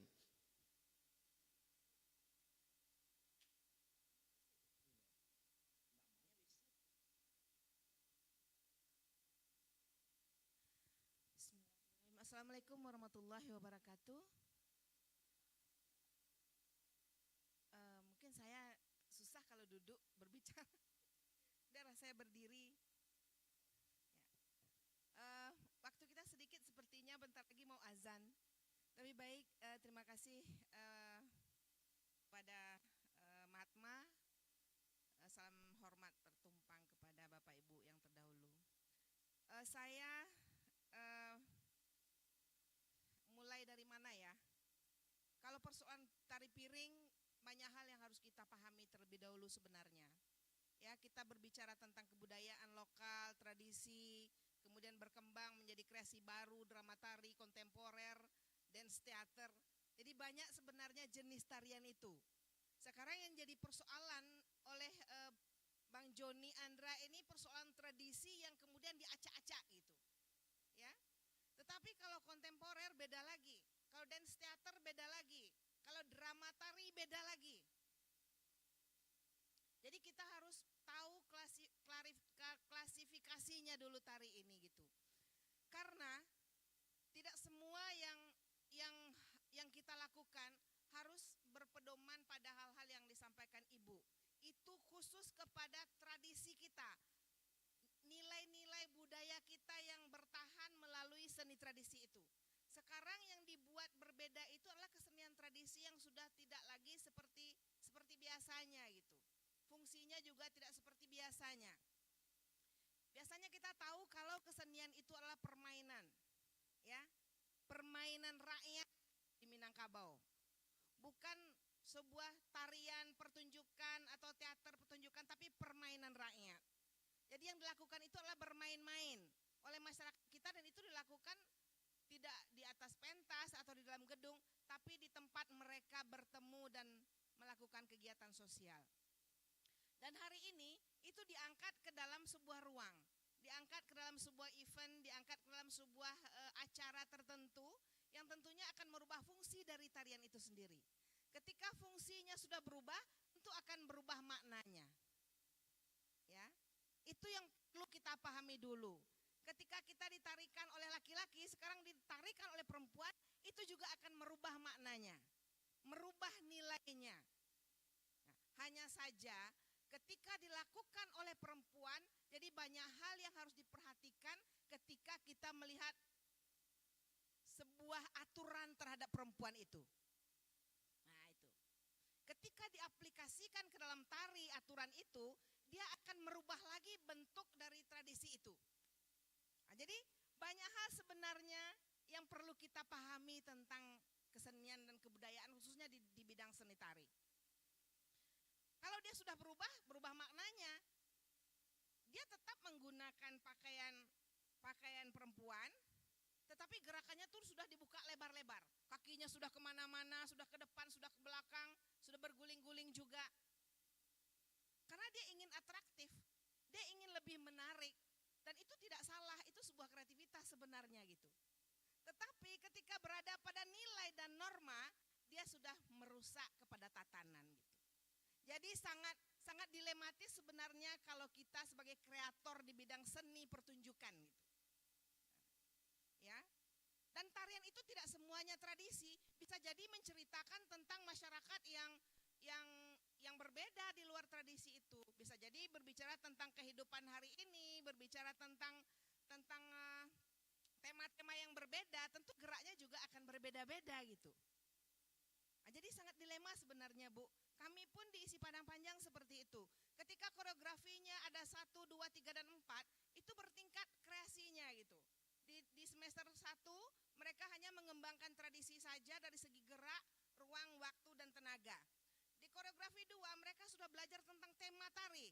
Kalau temanya sudah perkelahian dan perperangan, Cut Nyadin berperang, Rahma El Nusyid berperang mengangkat bendera ketika dalam perang, apakah dia akan bergerak seperti ini juga? Kan tidak mungkin menggambarkannya seperti itu gitu. Ya Pak, jadi sebenarnya tidak dikunci oleh hal-hal yang seperti itu. Cuma mana yang harus kita sesuaikan dengan norma dan etika itu, dan mana yang memang betul-betul menceritakan tentang tema dan persoalan yang berbeda gitu. Coba bayangkan kalau Cut Nyadin dalam cerita kita harus menggunakan kebaya, Cut Nyadinnya tanpa menggunakan celana, atau Rahma Eslunusia berperang, atau Rohana Kudus berperang naik kuda misalnya, atau siapa yang di Rasuna Said misalnya pergi berperang, apa kita membayangkan dia memakai kode atau seperti apa gitu? Dan itu akan ada dalam karya kalau dia menjadi sebuah drama tari gitu. Akan muncul karakter yang seperti itu. Jadi sangat fleksibel juga ketika sebuah karya tari ditampilkan. Hanya tinggal menentukan ini tema tarinya apa gitu. Ini tipe tarinya apa gitu. Dan tidak semua orang akan paham dengan tema dan tipe tari. Yang jelas kalau tidak sesuai tradisi menjadi kreasi baru, rusak. Ketika tradisi menjadi kontemporer, hancur. Gitu. Nah, jadi seperti itu Bu, kalau di pemahaman sebagai seorang kreator ya Bu ya, ketika menggambarkan karya itu gitu. Tetapi ketika dengan busana pakai tukuluk tanduk, kemudian di bawahnya pakai celana, kemudian menggerak tari piringnya mengangkang-angkang seperti itu, ya mungkin itu tidak cocok dengan karakter perempuan di Minangkabau. Tapi di balik itu dia ingin melihatkan bahwa perempuan ini sangat atraktif juga gitu. Bahwa perempuan ini juga mampu melakukan setara dengan laki-laki. Kenapa mereka tidak bisa? Toh sekarang jadi presiden juga sudah perempuan. Tidak hanya laki-laki saja gitu. Jadi hal-hal seperti itu sebenarnya bagi saya semuanya oke. Hanya saja menempatkan seperti keinginan Pak Un tadi, mana yang tuntunan, mana yang tontonan gitu. Ya, supaya kita tidak semua diikat oleh hal-hal yang mengikat gitu. Nah, kalau sudah diikat semua, saya nggak bisa cerita lagi tentang Gondan Gondoriah yang harus pergi ke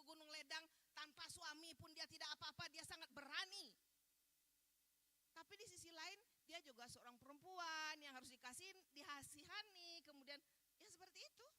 Tidak ada cerita rakyat perempuan Minangkabau yang menceritakan perempuan itu lemah.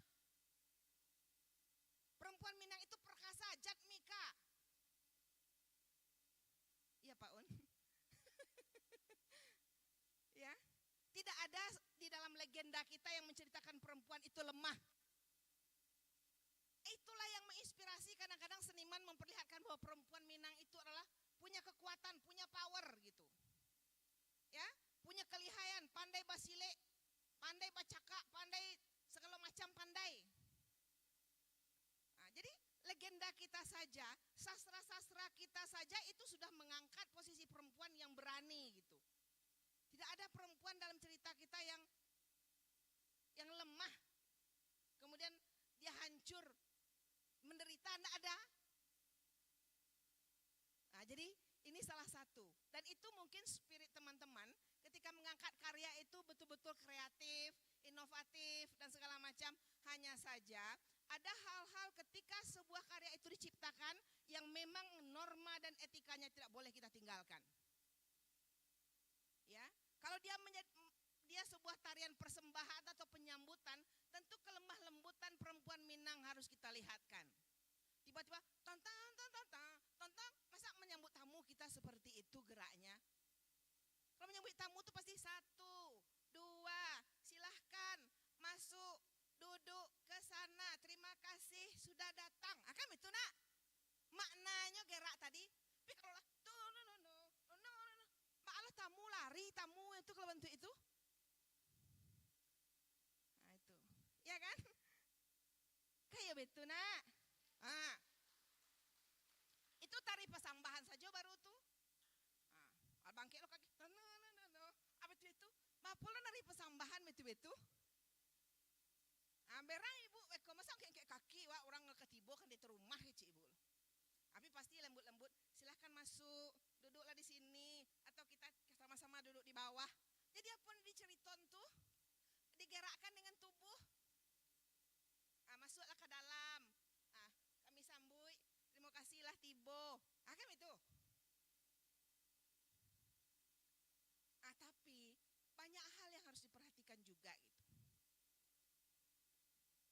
Jadi saya sepaham dengan ibu ketika menggunakan itu sebagai pengikat untuk kita kembali kepada kodrat sebagai perempuan dalam seni pertunjukan. Tapi sebagai kreator, saya tidak memikirkan itu karena saya punya visi yang berbeda gitu. Punya visi yang lain gitu. Seperti itu. Ya. Nah, supaya kita tidak terikat oleh hal-hal seperti itu.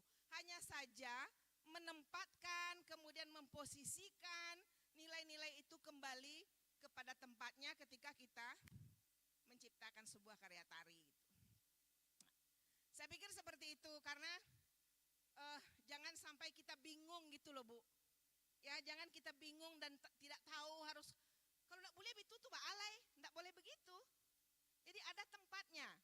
Ketika mengangkat tentang tradisi Minangkabau yang harus ditarikan oleh perempuan, tentu akan dilihatkanlah bagaimana karakter perempuan itu sebenarnya. Norma-norma perempuan itu gitu. Kostumnya juga harus sesuai. Tapi ketika bercerita tentang persoalan yang berbeda, tentu akan bentuk yang berbeda akan muncul juga gitu. Nah, jadi menempatkan, membunyikan, memberi judul, membuat sinopsis itu sangat ditentukan sebenarnya ketika kita membuat karya gitu. Tidak ada tarian Minang ini yang menggambarkan tidak kegotong royongan. Semua cerita kegotong royongan. Asal tari piring kegotong royongan leh. Menggambarkan suasana kegotong royongan masyarakat Minangkabau. Apa saja tari piringnya. Karena memang begitu. Fungsinya untuk itu. Identitas Minangkabau itu adalah makan.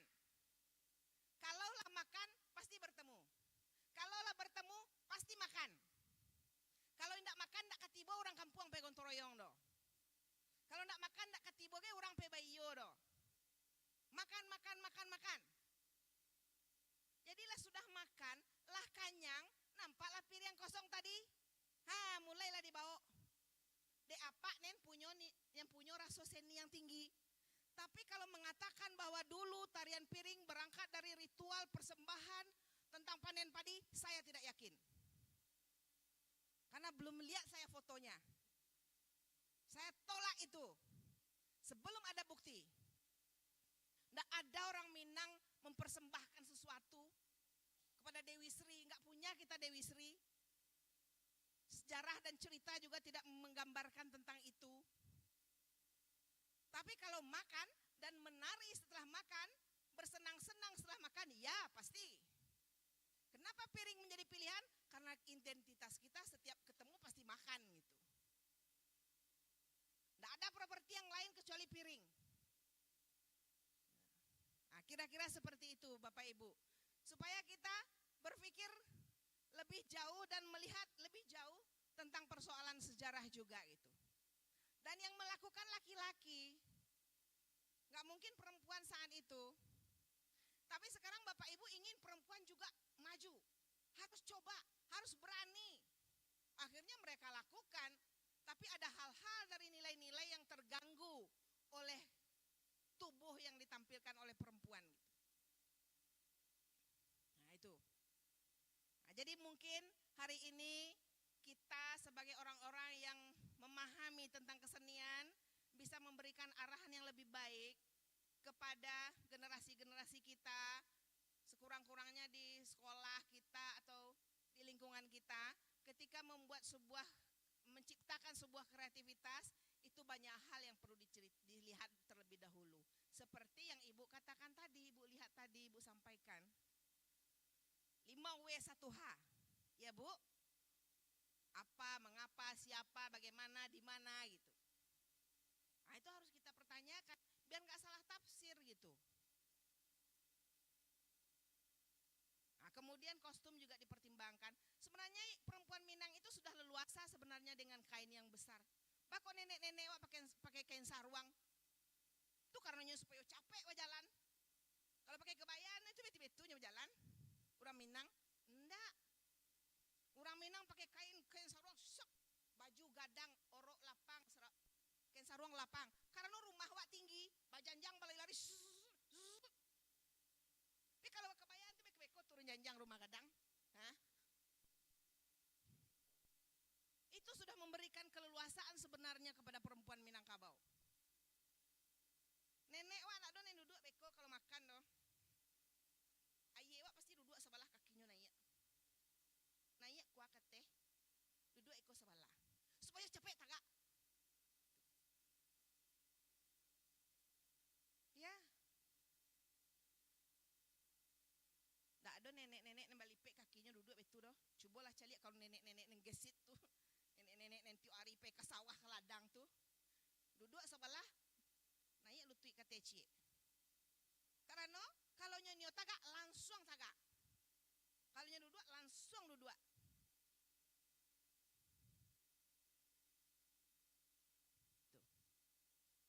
Nah, jadi karakter pakaian itu menentukan sebenarnya dengan karakter perempuan di Minangkabau.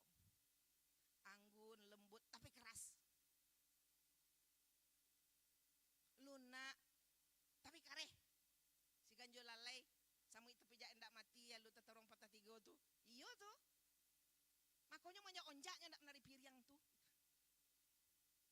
Hanya saja penempatan kostumnya, ya kan? Penempatan geraknya. Bisa nari piring harus goyang-goyang bentuk menari dangdut. Menari piring itu memang keahlian bagaimana keringanan tubuh, kemudian geraknya harus kelincahan. Itu ya. Pakai kain sarwang pun boleh menari piring kok. Ngapain harus pakai celana? Banyak sebenarnya yang sudah nggak pada tempatnya Bu itu. Ya. Baik kostum juga kalau mau ngomongin gitu. Ya kan? Jadi tidak ada lagi mana yang dipakai untuk prosesi adat, yang ritual, yang apa, kemudian semuanya sudah hadir, semuanya sudah dikeluarin supaya lebih hebat, lebih rancak, dikreasikan. Dan memang begitu perkembangan zaman membuat dia berinovasi. Kalau enggak inovasi waktu kolot wak. Tapi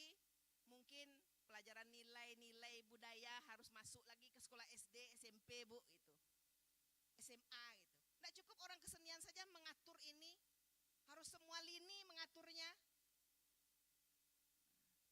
Lah hancur kesenian kok dia orang isi ya, orang isi juga masalahnya kan. Ya kan? Ya, enggak, bukan orang isi, tapi kreativitas manusianya yang membuat dia berkembang gitu. Dia tidak hancur, tapi dia ingin lebih atraktif, lebih dinamis, lebih menarik. Itu sebenarnya. Tidak ada niat untuk menghancurkan budaya, tidak satupun pasti seorang koreografer. Tapi kreativitas yang menuntut mereka mendorong itu. Tapi mereka tidak punya pengalaman sejarah, tidak memiliki ilmu pengetahuan tentang nilai-nilai yang ada di kebudayaan kita gitu. Ya, belum tentu semua koreografer paham dengan sumbang dua baleh, belum tentu semua koreografer paham dengan nilai-nilai budaya dan adat gitu. Nah, tapi kalau kita sudah paham, dari SD sudah diceritakan, anak-anak, kalau kita perempuan, bajunya harus begini dan bergerak harus begini. Nah, sampai kadang tak narinya mah Bu. Nah, gitu. Tapi nyulah begini lah begitu, lah mencari hip hop, lah mencari cherry bell, lah mencari segala macam, tentu ada keinginan-keinginan mereka untuk lebih kreatif dan lebih indah gitu. Nah, gitu. Namun apa yang disampaikan Ibu tadi, tetap kita berpegang kepada nilai-nilai itu sebagai perempuan pada kodratnya, idealnya perempuan Minangkabau dalam budaya kita, dalam adat kita. Kita harus menyandingkannya dengan seni dan budaya kita itu. Ya. Namun tidak menutup kemungkinan untuk kita berkreativitas juga gitu. Jangan takwi loh. Bakon dia takwi wa nampak Ibu Puji besok membuat tari modeko kaki anda lah Ibu nak dolo berang doh. Nah, enggak apa-apa, hanya perlu kita menempatkannya. Nah, mayang patui ditonton dek Paun, mayang ndak patui ditonton dek Paun misalnya gitu. Nah, ya. Mungkin itu saja. Kalau mau melihat karya saya juga punya karya yang kepalanya ada tanduk, celananya juga pakai celana. Ada yang pakai baju kurung juga. Ada yang pakai tekuluk tanduk, pakai orok, pakai kodek sampi ada juga. Ada yang lapang. Saya sudah lakukan percobaan semua tarian piring itu dengan kostum yang berbeda gitu. Nah, jadi mungkin bisa nanti aja Om John, adik-adik teman-teman bisa buka YouTube, cari nama itu, nanti ada karyanya macam-macam bisa dilihat di situ. Kalau ada yang nanti bertanya boleh di japri saya di WA gitu. Ya, tari piring ada juga yang menggambarkan tentang sumbang dua baleh itu piring, tari piring. Saya menceritakan sumbang dua baleh dengan piring Bu gitu. Ya saya menceritakan kalau duduknya tidak bagus ya geraknya memang tidak bagus dengan mengangkang kemudian pakai piring yang memang dicobakan. Kalau enggak gimana memberi maknanya terhadap cerita yang mau disampaikan gitu. Tapi ada juga berbicara tentang perempuan dalam sistem matrilineal itu ada juga yang menggunakan sarung, pakai baju kurung. Nah, tergantung apa tema yang mau kita ciptakan untuk karya kita itu gitu. Itu saja mungkin karena waktunya tidak panjang. Nanti kita bisa berdiskusi lagi untuk kesempatan ini. Terima kasih saya ucapkan kepada Mahatma. Ketika ada diskusi nanti kita bisa berdialog lagi. Terima kasih. Assalamualaikum warahmatullahi wabarakatuh. Baik, terima kasih Bu Dr. Lora. Ya, menarik sekali sebetulnya. Ada beberapa hal yang kemudian menjadi kalau kemudian dalam konteks diskusi ini ada beberapa hal yang menjadi silang pendapat dan kemudian ya tentu saja di sebuah diskusi kedinamisan ini menjadi sesuatu hal yang kemudian perlu kita definisikan bersama gitu terkait dengan penempatan dari bagaimana upaya dari pengembangan, perlindungan dan pelestarian itu sendiri. Ada beberapa kata kunci sebetulnya yang coba tadi digarisbawahi oleh Ibu Dr. Lora. Itu bagaimana kreativitas ditempatkan pada ruang-ruang yang sesuai dengan peruntukannya. Bagaimana kemudian kreativitas sebagai sebuah penciptaan sedikit lebih melihat pemilahan dalam pengertian pemahaman nilai-nilai yang ketika kita bicara di pranata sosial dalam konteks adat dan nilai-nilai itu ditempatkan pada ruang-ruangnya. Artinya kalau kemudian kita melihat dalam kebutuhan kurikulum pendidikan gitu sebagai outputnya misalkan dalam pendidikan seni outputnya adalah guru untuk pembelajaran di sekolah dasar, sekolah menengah pertama, sekolah menengah atas, itu mungkin saja bisa menjadi sebuah pembelajaran tahap dasar yang bisa dimulai dalam konteks sumbang dua baleh tadi atau hal yang bersandar pada kearifan lokal kita. Tapi ketika kemudian kita melihat persepsinya lebih pada upaya kreativitas, ini menjadi sebuah tantangan tersendiri juga, walaupun secara kodrat, secara nilai-nilai mampu mempertanggungjawabkan dalam bentuk basis penciptaan itu sendiri gitu. Kalau kemudian kita melihat, karena dua-dua tokoh pembicara kita ini perempuan, pemantik laki-laki ya tadi ya, perempuan, ini juga menjadi menarik ya ketika kita melihat ada satu orang tokoh muda yang sudah kita sebut-sebut tadi di usia 35 tahun, bahkan di usia produktifnya 25 sampai 27 tahun, tari piring dan beberapa tari tradisi Minang yang kemudian dia kembangkan dalam bentuk kreativitas dibicarakan, dan dia hanya berusia sampai 35 tahun. Di usia produktif itulah kemudian tari-tari kreasi dia diperdebatkan dan dipertentangkan oleh banyak pihak atas dasar pemberontakan Huri Hadam. Di sisi lain, di Minangkabau juga ada satu maestro silek tradisi yang berusia, kalau Huri Hadam 35, Inya Upia Palatiang ini dari Batipua itu 110 tahun, dan juga menjadi perdebatan ketika seorang perempuan menjadi guru silek yang juga di dalam sosial masyarakat menjadi perdebatan dan kemudian juga berterima, bahkan kemudian terakhir di tahun-tahun sebelum beliau meninggal di tahun 2010 beliau meninggal di usia 110 tahun, beliau menerima penghargaan sebagai maestro silek tradisi. Nah, ini tokoh perempuan juga gitu, yang bersinggungan. Kalau kita bicara tari piring, tentu kita juga berbicara hal-hal yang kaitannya dengan silek sebagai salah satu sumber gerak dari penciptaan atau perkembangan kreasi dari tari piring ini. Nah, ini menarik jadi pembicaraan kita bersama. Silakan untuk sesi pertama ini, karena waktu kita juga tidak banyak, tapi saya beri kesempatan dulu untuk Bapak Ibu, teman-teman untuk bertanya kepada ketiga narasumber kita. Silakan. Ya, Om Suhendri, ya. 2, kemudian 3. Udah kita yang di belakang. Sementara itu dulu, silakan. Baik, terima kasih. Assalamualaikum warahmatullahi wabarakatuh. Saya mengapresiasi 3 pembicara kita. Saya mungkin sekedar sharing saja gitu kan. Yang pertama, saya yakin bahwasan kesenian itu dekat dengan pengetahuan. Buktinya dekat dengan pengetahuan itu ada sekolah, dari SMP malahan sampai ke perguruan tinggi. Cuma persoalannya dalam proses-proses menjalani di tempat-tempat sumber pengetahuan itu, apakah pengetahuannya lebih dominan, prakteknya lebih dominan, atau berimbang pengetahuan dengan praktek, itu saya tidak tahu. Itu satu persoalan. Yang kedua, soal yang kita bahas hari ini, soal tari piring. Benar kata Bu Dr. Lora, itu sebenarnya saya juga melihat itu sebagai atraksi. Setidak-tidaknya atraksinya bagaimana piring tidak lepas di tangan ketika itu dimainkan sedemikian rupa.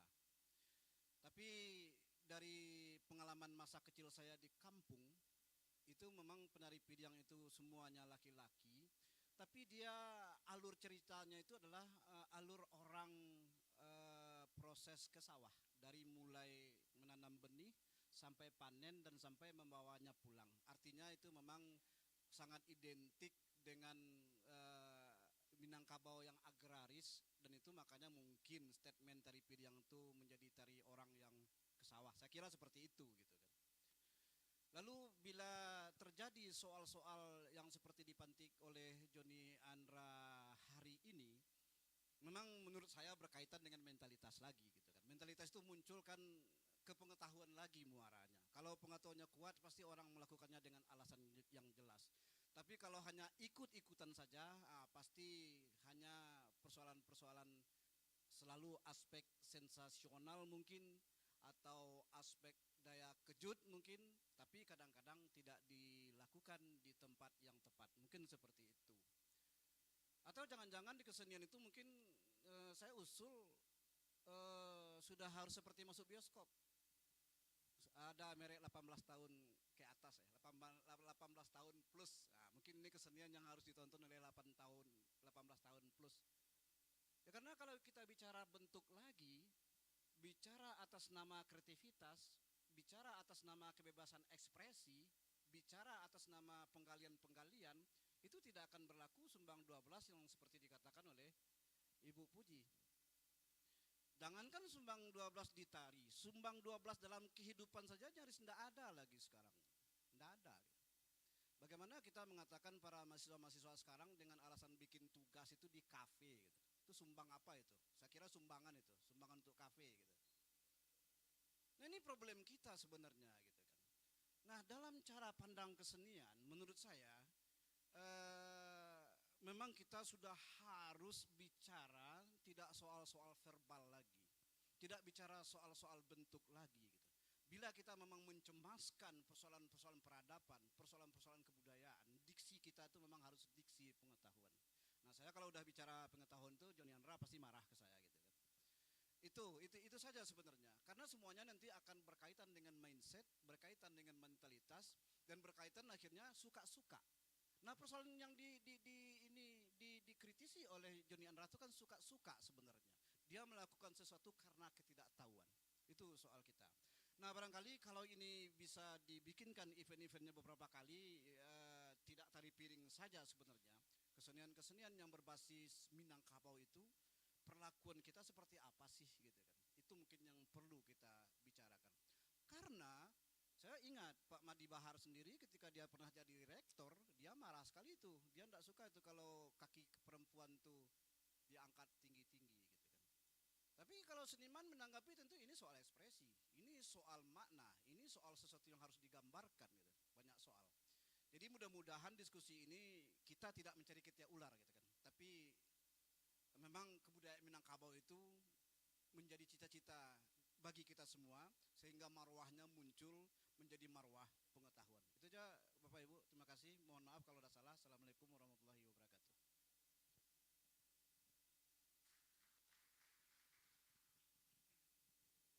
Ya, terima kasih Om Henry. Silahkan Ibu. Assalamualaikum warahmatullahi wabarakatuh.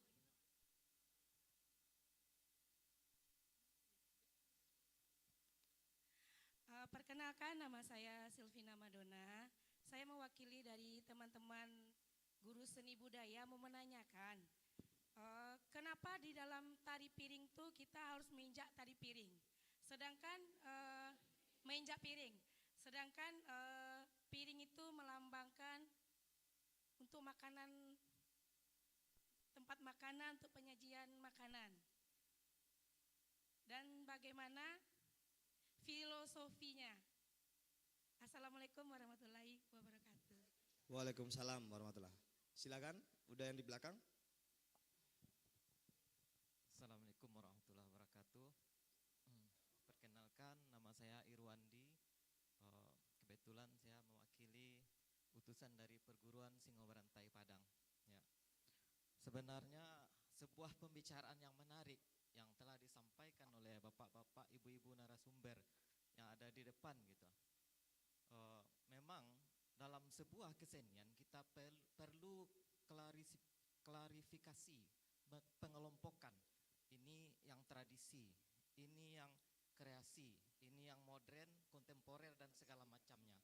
Kemudian kita juga harus bisa menempatkan bak kecek pepatah Minang menampean sesuatu pada tampe menggunakan alat sesuai fungsinya. Nah, cuman kalau menurut pandangan saya, memang betul apa yang dikatakan ibu-ibu tadi. Memang patokan untuk sebuah kesenian tradisi yang berjudul tradisi Minangkabau, kita harus berpedoman pada 3 prinsip konsep pemikiran. Yang pertama ada konsep apa tungku tigo sajarangan, yaitu raso pareso alu ojo patui uku ojo jangko. Kemudian berdasarkan sumbang dua baleh tadi. Nah, dan itu sangat patut kita berlandaskan berpikir ke sana gitu. Kemudian mengenai tari piring tadi.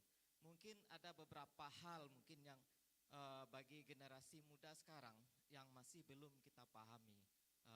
Kebanyakan kecenderungan bagi generasi muda, mereka belajar hanya sekedar belajar untuk ketangkasan saja tanpa memahami nilai-nilai filosofis yang ada di dalamnya. Contoh, sekaligus mungkin pengetahuan saya sambil menjawab pertanyaan Ibu tadi, sebenarnya bukan tujuan untuk menjawab pertanyaan Ibu tadi mengenai tari piring. Nah, ketika kami belajar tari piring dulu, nah, Bak Kecek Guru, Pituah nan tuo-tuo, ada pantun yang menyatakan, elok-elok merambah pimpiang jangan sampai dahannya patah. Elok-elok menari piring jangan sampai piringnya pecah. Itu adalah poin yang pertama. Nah, di sana memang melatih ketangkasan. Nah, ketika piring ko pecah, lahirnya memecah piring. Nah, ketika piring ko jatuh di tarian, mangko disitulah inisiatif seorang penari, Bak Kecek Guru, joa malu ditutui. Elok-elok menari piring, jangan sampai piringnya pecah. Ketika piringnya pecah, maka inisiatif dari guru harus dilinyah piring go sampai cair. Begitu tegasnya orang Minangkabau gitu. Nah, itu yang pertama. Kemudian apapun kesenian yang ada di Minangkabau, basic dasarnya adalah silat. Dalam silat banyak nilai-nilai filosofi. Kemudian sejauh yang saya ketahui, menurut informasi dari guru-guru kami terdahulu, lahirnya kesenian yang ada di Minangkabau itu sebenarnya itu untuk mengelabui kaum penjajah. Itu seperti contoh tari piring. Nah, tari piring sebenarnya saya contohkan, boleh mohon maaf bukannya mengajar gitu. Saya contohkan satu gerakan. Dari gerakan silat, dari gelek. Dari sini gelek ke kanan. Ini gerakan dasar. Nah, kaum penjajah sangat menakuti perguruan atau sasaran silat yang ada di Minangkabau. Nah, ketika gerak begini, dasarnya ketika lawan menendang, kaki ditangkap, kemudian tulang kari yang dipecah. Nah, itu dasarnya. Ketika kaum penjajah datang, gerak ini berubah menjadi tarian. Gitu. Ah, itu. Jadi dalam tari, silat disembunyikan. Nah, yang perlu digarisbawahi, ketika kita menggali atau menampilkan atau berkarya sebuah tari, perlu kita kelompokkan seperti kata Ibu tadi, mana yang tradisi, mana yang kreasi, mana yang modern, kontemporer dan segala macamnya. Kemudian jangan lupa pahami nilai-nilai filosofi, kemudian sesuaikan dengan bagaimana menurut mungkin jo patui raso pareso uku jo jangko. Kadang penempatan ini yang sering kita salah gunakan. Mohon maaf ya. Ketika itu saya contohkan, ketika menari, kadang wak memakai suntiang anak daro, atau memakai kayak contoh lain, misal seorang marapulai, inyo ndak datuk doh, kini dia gilo salu datuk. Itu terjadi perubahan makna. Jadi hal-hal yang seperti itu, yang sekecil itu, yang perlu kita garis bawahi. Kemudian dalam gerak, memang dalam silet Minangkabau itu ada dua jenis silat, silet jantan dan silet batino. Jadi gerak perempuan kalau menurut saya tidak harus mesti seperti laki-laki. Geraknya memang tegas, tapi tidak harus seperti laki-laki sesungguhnya. Kemudian satu lagi yang terakhir, kebanyakan, mohon maaf sekali lagi, kecenderungan generasi muda, ya, misal dia seorang laki-laki sejati, ketika dia belajar tari dan itu berubah 100%, itu yang sangat disayangkan gitu. Mungkin kita sama-sama mengetahui, itu saja, terlebih kurang mohon maaf. Assalamualaikum warahmatullahi wabarakatuh. Waalaikumsalam warahmatullahi wabarakatuh. Ya, 3 penanggap. Sebetulnya 2 lebih banyak kemudian berpendapat dan masukan untuk pengayaan dari diskusi kita. Hanya ada 1 pertanyaan. Tapi karena keterbatasan waktu, mungkin saya minta rekap lagi 2 penanya yang memang mungkin dari mahasiswa dan siswa sekolah menengah atas. Kalau kita tadi 3 ini sudah perwakilan dari generasi paruh baya kolonial. Mungkin mahasiswa dan siswa, silakan. Baik, terima kasih. Saya Sarifah Mawaddah dari jurusan Pendidikan Tari Sendera Tasik, Universitas Negeri Padang. Mewakili teman-teman ingin bertanya kepada Ibunda Fuji Astuti. Baik, bagaimana pandangan Ibu terhadap persiapan koreografer muda dalam perkembangan tari piring di Minangkabau dalam era globalisasi agar tidak tergeser dari budaya Tigo Tungku Sejarang dan khususnya Sumbang Dua Baleh. Baik, terima kasih. Assalamualaikum warahmatullahi wabarakatuh. Naya tadi ya? Syarifah Mawaddah. Hah? Syarifah Mawaddah. Syarifah, oke ya. Ya, satu lagi ada dari SMKI atau siswa sekolah menengah atas? Ya. Cek. Baik, bismillahirrahmanirrahim. Assalamualaikum warahmatullahi wabarakatuh. Waalaikumsalam. Perkenalkan, sebelumnya nama saya Aldi Susanto. Saya merupakan perwakilan dari teman-teman magang dari program kegiatan Magang Merdeka Bersertifikat Kebudayaan dari Direktorat Perlindungan Kebudayaan dan ditempatkan di Balai Persalian Wilayah 3. Saya berasal dari Bandung, sebelumnya dari Universitas Pendidikan Indonesia, jurusan Pendidikan Seni Rupa. Jurusan Pendidikan? Seni Rupa. Seni Rupa, oke. Iya. Baik, yang ingin saya pertanyakan terkait permasalahan tadi sempat disinggung mengenai bahwa pada saat ini perkembangan dari tari itu sudah mengarah pada hadirnya perkembangan karena adanya perkembangan zaman gitu ya. Nah, yang menjadi pertanyaan, bagaimana cara atau sikap dari bagaimana cara yang dapat kami sikapi gitu menurut pandangan ibu sekalian terkait hadirnya perkembangan zaman yang dapat menghambat terhadap kesenian tersebut sehingga kami bisa menyikapi gitu terkait adanya perkembangan ini, bagaimana sikap kami menyikapi terhadap perkembangan dari kebudayaan, karena kita tahu bahwa perkembangan zaman itu kan tidak bisa dihindari gitu ya. Nah, mungkin itu saja, terima kasih. Oke, baik, terima kasih. Ya, dengan keterbatasan waktu saya minta untuk ketiga narasumber untuk menanggapi. Ada 3 pertanyaan tadi secara spesifik terkait dengan tari piring.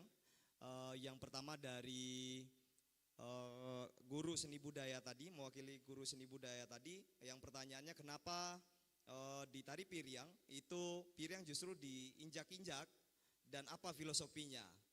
Kemudian yang kedua itu pertanyaan dari mahasiswa Sendera Tasik UNP, itu yang terkait dengan bagaimana tanggapan Ibu atau narasumber terkait dengan persiapan koreografer menyikapi ketercerabutan tadi dari nilai-nilai kearifan lokal. Dan pertanyaan terakhir dari mahasiswa magang di BPK 3 itu yang bertanya soal bagaimana penyikapan dari generasi mutakhir terhadap kedinamisan ini atau perkembangan dari tari piring ini sendiri. Silakan, yang pertama mungkin Dajoni Andra, silakan.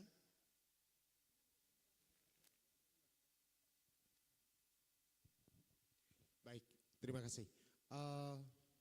Mungkin ada tanggapan. Saya jadi Pak Undri, izin Pak Undri. Saya menempuh S2 gara-gara mulutnya Dahen. Pelajarannya begini yang saya maksud. Ketika saya berada di Taman Budaya, beliau manggil saya. Orang bodoh itu orang tari, kata beliau. Orang paling cerdas itu orang teater. Akhirnya pertanyaan saya, loh kenapa? Pernah baca? Pernah kamu membaca, kata beliau. Baca korannya mungkin malas. Ini persoalan hari ini masih seperti itu, kita amati. Akhirnya saya termotivasi ambil S2 Pak Undri. Karena S2 itu ternyata saya disuruh wajib membaca setiap hari dan menulis makalah tiap hari. Ini penting, sampai detik ini pun orang tari pun malas membaca. Kita harus akui itu, sehingga pengetahuan orang-orang tari, anak-anak kita, adik-adik kita masih jauh. Efeknya apa? Akibatnya apa? Seperti itu tadi. Kenapa sih harus memecah piring saat menari tari piring? Jawaban dari beberapa sanggar, mereka selalu bilang, request dari tuan rumah. Permintaan pengantin. Kenapa kita harus mengikuti pasar yang seperti itu kalau kita akhirnya merusak? Kalau saya memahami, memecah piring tidak mungkin ada di tari piring tersebut. Gitu. Satu lagi, tadi kata Bu Puji, penari basorak-sorai, apalagi nempadusi memakiak-makiak saat memijak kacau. Itu terjadi. Saya yakin kita pernah menyaksikan hal itu. Sebetulnya inti dari diskusi ini saya berharap banyak sebetulnya. Ini kita perbaiki perlahan. Saya tidak akan menyinggung kreativitas. Karena kalau lah sesuai alu aja pati amuraso paham. Dan yang perlu ditekankan bagaimana orang-orang tari bisa lebih menggali pengetahuannya. Saya sendiri merasa sampai detik ini pun masih kurang. Kebanggaan kita ada 2 orang di sini. Profesor tari, insya Allah dalam waktu dekat Unilore juga akan jadi profesor. Apakah segelintir orang ini saja yang orang tari yang punya pengetahuan, punya kemampuan? Ayo kita gali terus, tidak harus S2 kalau memang tidak punya kemampuan, tapi rajinlah membaca, gali pengetahuan itu terus menerus. Mungkin itu tanggapan dari saya. Terima kasih.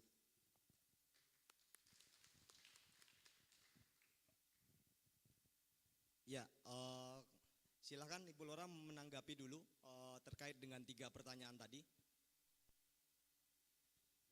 Baik, terima kasih. Yang pertama, ketika kita sebagai seorang seniman pencipta, kita harus punya bekal yang banyak untuk bisa dipertanggungjawabkan. Ketika membuat gambar, kalau tidak punya latar belakang kenapa gambar itu dibuat, untuk apa gambar itu dibuat, apakah Anda punya sejarah tentang gambar itu, apakah Anda pernah melihat peristiwa itu kemudian diciptakan kepada gambar, itu harus jelas. Membuat tari juga seperti itu. Ini tradisinya apa ya? Ini tari piriang. Piriang mana? Piriang Lumpo, Sanyambaka, Kotoanau. Jelas. 3 tari piriang itu karakternya beda juga gitu. Nah sekarang ini masuk karakter yang mana? Kalau menciptakan karya tari tidak boleh menghilangkan karakter dan ciri khasnya. Itu yang pertama. Apa ciri khasnya? Beda-beda. Menggambarkan lokalitas masyarakatnya gitu. Sanyambaka, Lumpo sama Kotoanau beda tuh. Itu yang saya tahu tradisi yang berkembang tari piriang di situ. Setelah itu baru berkembang yang lain. Pelajaran saya di tahun 88. Sekarang mungkin sudah banyak karena waktu berjalan puluhan tahun kan itu sudah ada tradisi-tradisi juga itu. Nah, dan itu berbeda. Ketika kita akan mengembangkannya sebuah kreasi baru, tetap nilai-nilai itu, karakter itu kita munculkan. Tidak ada yang goyang dangdut sambil menari piring. Salah besar itu. Tetapi kecepatan tangan ketika bermain, lebih banyak permainan ramo-ramo tabang, itu karakter Sanyambaka misalnya. Lebih banyak pergerakan kaki, kecepatan kaki, itu dari Lumpo itu. Gitu. Sekarang mau mengembangkan yang mana? Yang cepat kaki kah? Apa yang cepat tangan kah? Mau menggambarkan yang mana? Itu yang harus muncul. Tapi tiba-tiba berjoget-joget, bergoyang-goyang, itu enggak cocok itu. Salah besar itu. Makanya itu yang membuat Bang John itu tidak nyaman melihatnya gitu. Dan itu merusak sekali itu. Tapi kalau tarian tradisi itu dikembangkan lebih banyak, karakter tangannya dicepatkan, berarti ini alirannya dari sana.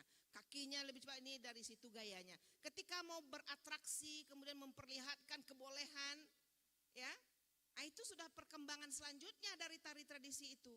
Dulunya ndak ada nginjak-nginjak piring itu malah didebus mungkin ya waktu itu ya, makan beling, kudo kepang mungkin, minjak-minjak kaco. Kemudian ada perkembangan baru supaya lebih atraktif lagi, dimijak-mijaklah kaco. Supaya lebih ekstrim lagi, dipacahan piring itu sambil menari. Golek-golek deh piring kaco itu lah sama aja main kuda lumpiang waktu ndak tari piring le. Bedanya tuh. Jadi lah campur baur gitu. Boleh kita membuatnya lebih ekstrim, tapi tidak dengan cara-cara yang seperti itu. Lempar piringnya berguling, hap sambut lagi, itu kan ekstrim juga. Ngapain harus diinjak-injak? Gitu. Dan yang tidak perlu diritualkan, jangan diritual-ritualkan gitu. Tari piring tidak ada doa-doa harus bersembah-sembah tuh, ibu belum pernah lihat. Tapi bismillahirrahmanirrahim, menari piring, oke, lanjut. Jadi yang biasa jadi tidak biasa, yang tidak biasa kemudian dibiasa-biasakan, nah gitu. Jadi merubah-rubah sendiri aturan-aturan dalam tradisi itu yang menyalahi sebenarnya gitu. Nah, mudah-mudahan ke depan kita sama-sama memahami bahwa menempatkan tradisi itu pada tempatnya. Tampilkanlah tradisi itu seenergik mungkin dengan karakter tarian itu sendiri gitu. Lihaikanlah permainan tangan ketika mau memperlihatkan bahwa Anda memiliki kemampuan misalnya. Tapi bukan menginjak-injak, memecahkan, itu sudah tidak cocok lagi dia gitu. Ya. Dan kalau memang dulu itu tidak ada, di tradisi kita tidak ada itu. Tapi sekarang dilakukan itu sebenarnya itu sudah tidak sesuai dengan norma etika dari tradisi kita yang sebenarnya. Nah itu. Nah, mudah-mudahan ke depan kita bisa sama-sama memberikan pemahaman. Atau mudah-mudahan tahun depan Pak Undri punya program, kita kampanye persoalan pengembangan tari ini ke seluruh kabupaten kota, seluruh sanggar-sanggar dikumpulkan, bagaimana pemahaman mengembangkan tradisi ini supaya tidak merusak dan menghancurkan norma-norma dan nilai-nilai ya. Dia pengetahuan, ini kreatif semuanya Pak Un, tapi tidak ada pengetahuan gitu. Kecuali kita yang memang belajar di sekolah kesenian, belajar di kampus seni, atau belajar di bidang kesenian, baik pendidikan maupun di bidang kreativitas gitu. Supaya sama persepsinya gitu. Kalau enggak tetap saja begini Bu, setiap ketemu kita ke kota yang berbeda, lain lagi gayanya mengembangkan tari piring, datang lagi sana lain lagi tari piringnya gitu. Nah, tapi kalau kita sudah sama-sama, karena yang kreatif-kreatif itu sanggar-sanggar seni kita majukan pengembangan ke sanggar-sanggar, disupport untuk mendirikan sanggar lagi, diberikan bantuan, ternyata tidak diberikan ilmu pengetahuan Pak gitu. Nah, jadi harapannya mudah-mudahan ke depannya itu bisa kita bersama-sama, kami bisa memberikan pengalaman, Ibu Puji bisa memberikan pemahaman tentang nilai-nilai, Bang John bisa bercerita tentang apa, atau siapa saja yang nanti bisa berbagi supaya kita perbaiki pelan-pelan cara kreativitas yang harus kita lakukan khususnya di penciptaan seni itu gitu. Nah, mungkin itu saja dari saya, Mahatma. Terima kasih. Assalamualaikum warahmatullahi wabarakatuh. Salam. Bu Lora, mungkin ada sedikit tadi yang belum terjawab dari Ibu dari Himpunan Guru Seni Budaya tadi, bahwasannya bukan hanya persoalan memecah piring, tapi juga filosofi sebetulnya. Kalau kita lihat nih kan piring yang pecahan kaca yang diinjak rata-rata, walaupun tadi Ikatan Keluarga Bayur justru kacanya adalah kaca botol gitu. Rata-rata kan yang diinjak itu piring, pecahan kaca piring. Jadi bukan hanya persoalan ketika menarikan piringnya dipecahkan, tapi sebetulnya apa filosofi dari piring atau pecahan piring yang diinjak-injak ini? Ini pertanyaan dari Ibu kita tadi. Itu tidak ada filosofinya Bang. Okay. Karena di tradisi kita tidak begitu. Jadi tidak perlu kita cari filosofinya gitu. Ya, tidak perlu dipahami itu filosofinya apa, enggak ada itu dalam tradisi kita menari memijak-mijak piring. Tapi itu perkembangan supaya dia lebih atraktif, lebih menarik, lebih indah untuk dilihat, lebih ekstrim. Nah itu berkembang atraksi, ya. Tapi filosofinya nggak ada, belum ada di dalam buku filosofi bagaimana menginjak piring, doa-doa menginjak piring, nggak ada tuh, ya. Nah Nah, jadi itu Bu.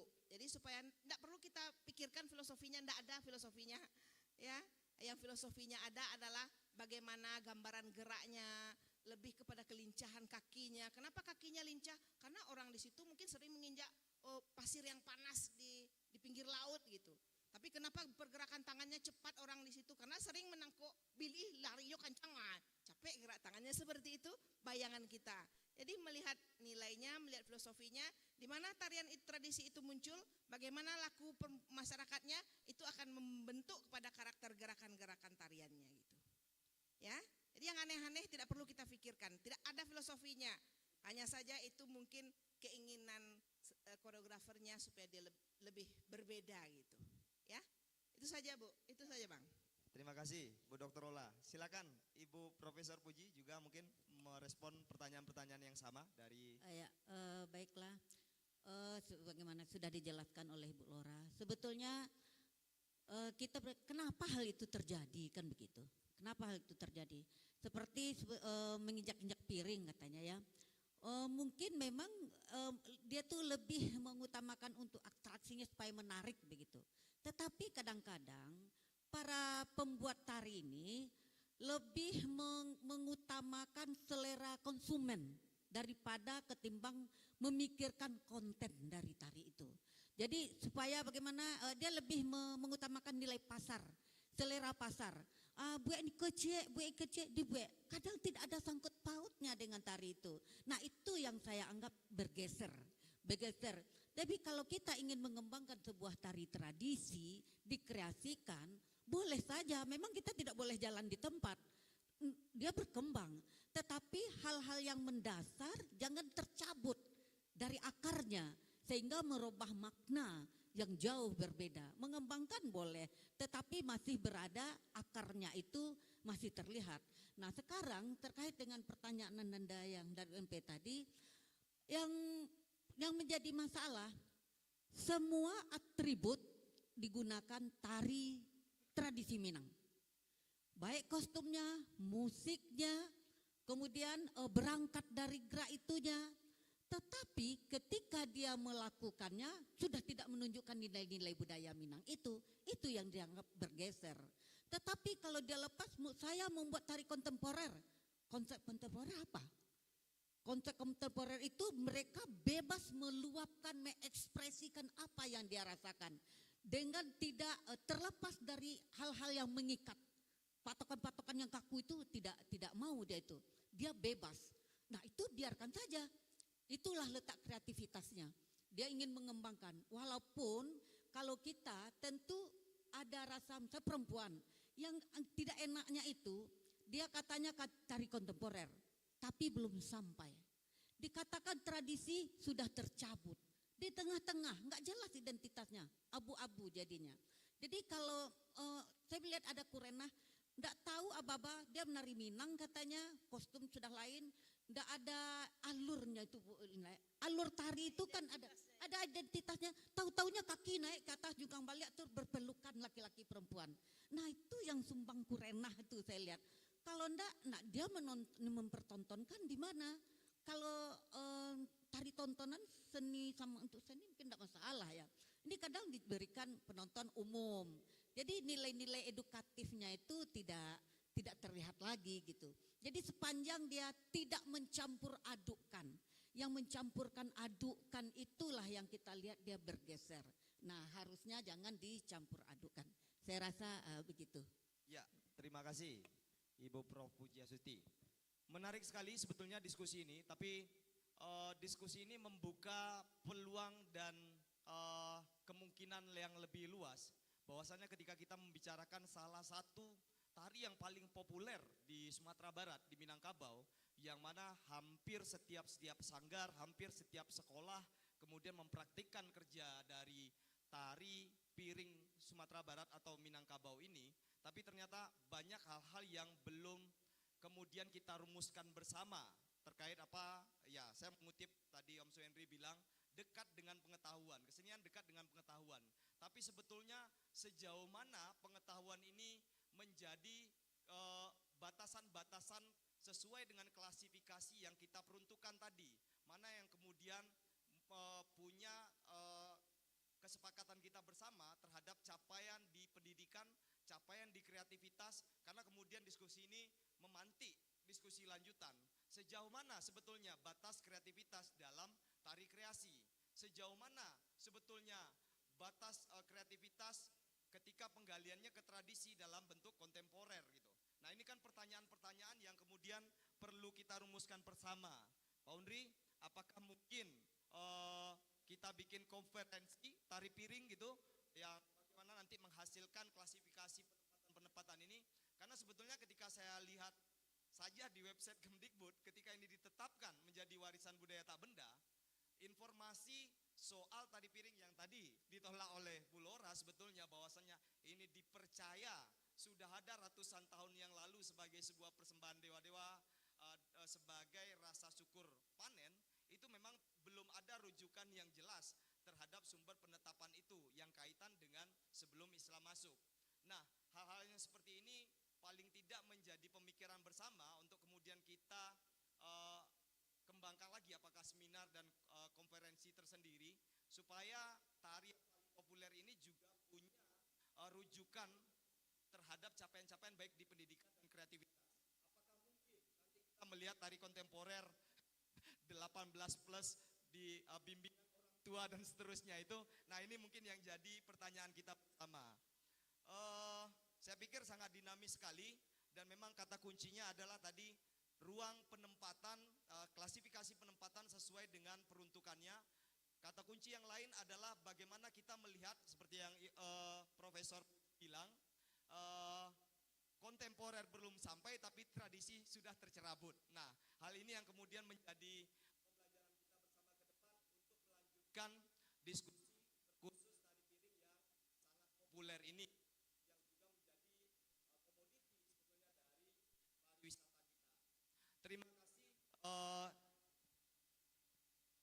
Terima kasih saya ucapkan kepada narasumber Ibu Profesor Puji Astuti, Ibu Dr. Lora, Uda Joni Andra. Terima kasih juga kepada Majesty Production Minangkabau yang bekerja sama dengan SMK Negeri 7, SMKI Padang. Terima kasih juga kepada Balai Pelestarian Wilayah 3 yang telah memfasilitasi kegiatan ini. Mudah-mudahan kegiatan ini ada manfaatnya dan kemudian kita bisa menemukan rangkaian kegiatan yang lain terkait dengan perkembangan seni tari, khususnya tari piring di Sumatera Barat. Terima kasih atas seluruh pihak yang tidak dapat saya sebutkan. Assalamualaikum warahmatullahi wabarakatuh. Waalaikumsalam. Baik, saya ambil alih untuk MC. Kami mohon kepada Pak Undri untuk bisa hadir di sini menyerahkan piagam atau sertifikat kepada kedua narasumber dan moderator, dan juga kami undang Kepala Sekolah SMK 7 juga menerima piagam untuk hadir bersama kami di sini. Silakan Ibu. Silakan. Kami undang juga Pak Kabid Dinas untuk hadir bersama kami mendampingi, dan juga kepada seluruh peserta silakan Pak Dato N, kami persilakan. Kami undang kepada seluruh peserta juga mendapatkan sertifikat. Kami persilakan nanti di meja tamu seluruhnya mendapatkan sertifikat. Dan ada Pak Suhendri dari Dinas Kebudayaan, Pak Zamdani dari Dinas Pendidikan dan Kebudayaan Kota Padang untuk menyerahkan piagam penghargaan kepada narasumber SMK 7 dan juga moderator. Dipersilakan.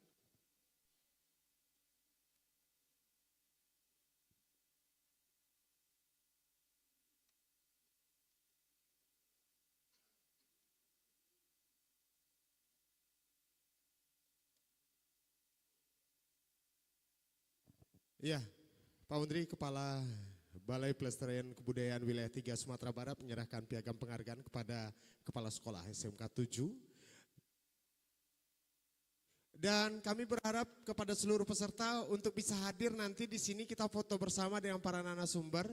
Karena ini suatu momen langka bagi seniman-seniman tari atau pelaku seni tari yang ada dan juga guru-guru seni budaya. Iya. Selanjutnya, Kabid Kebudayaan, Dinas memberikan kepada Ibu Laura.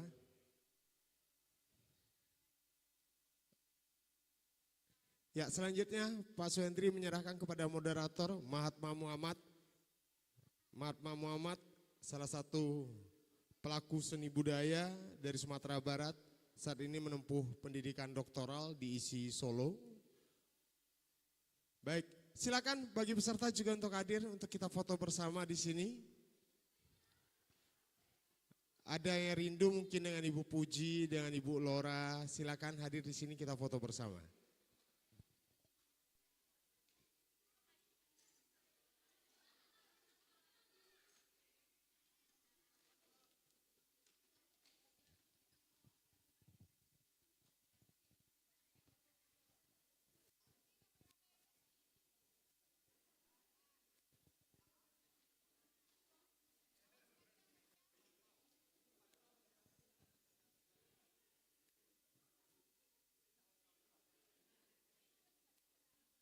Baik Bapak Ibu, terima kasih.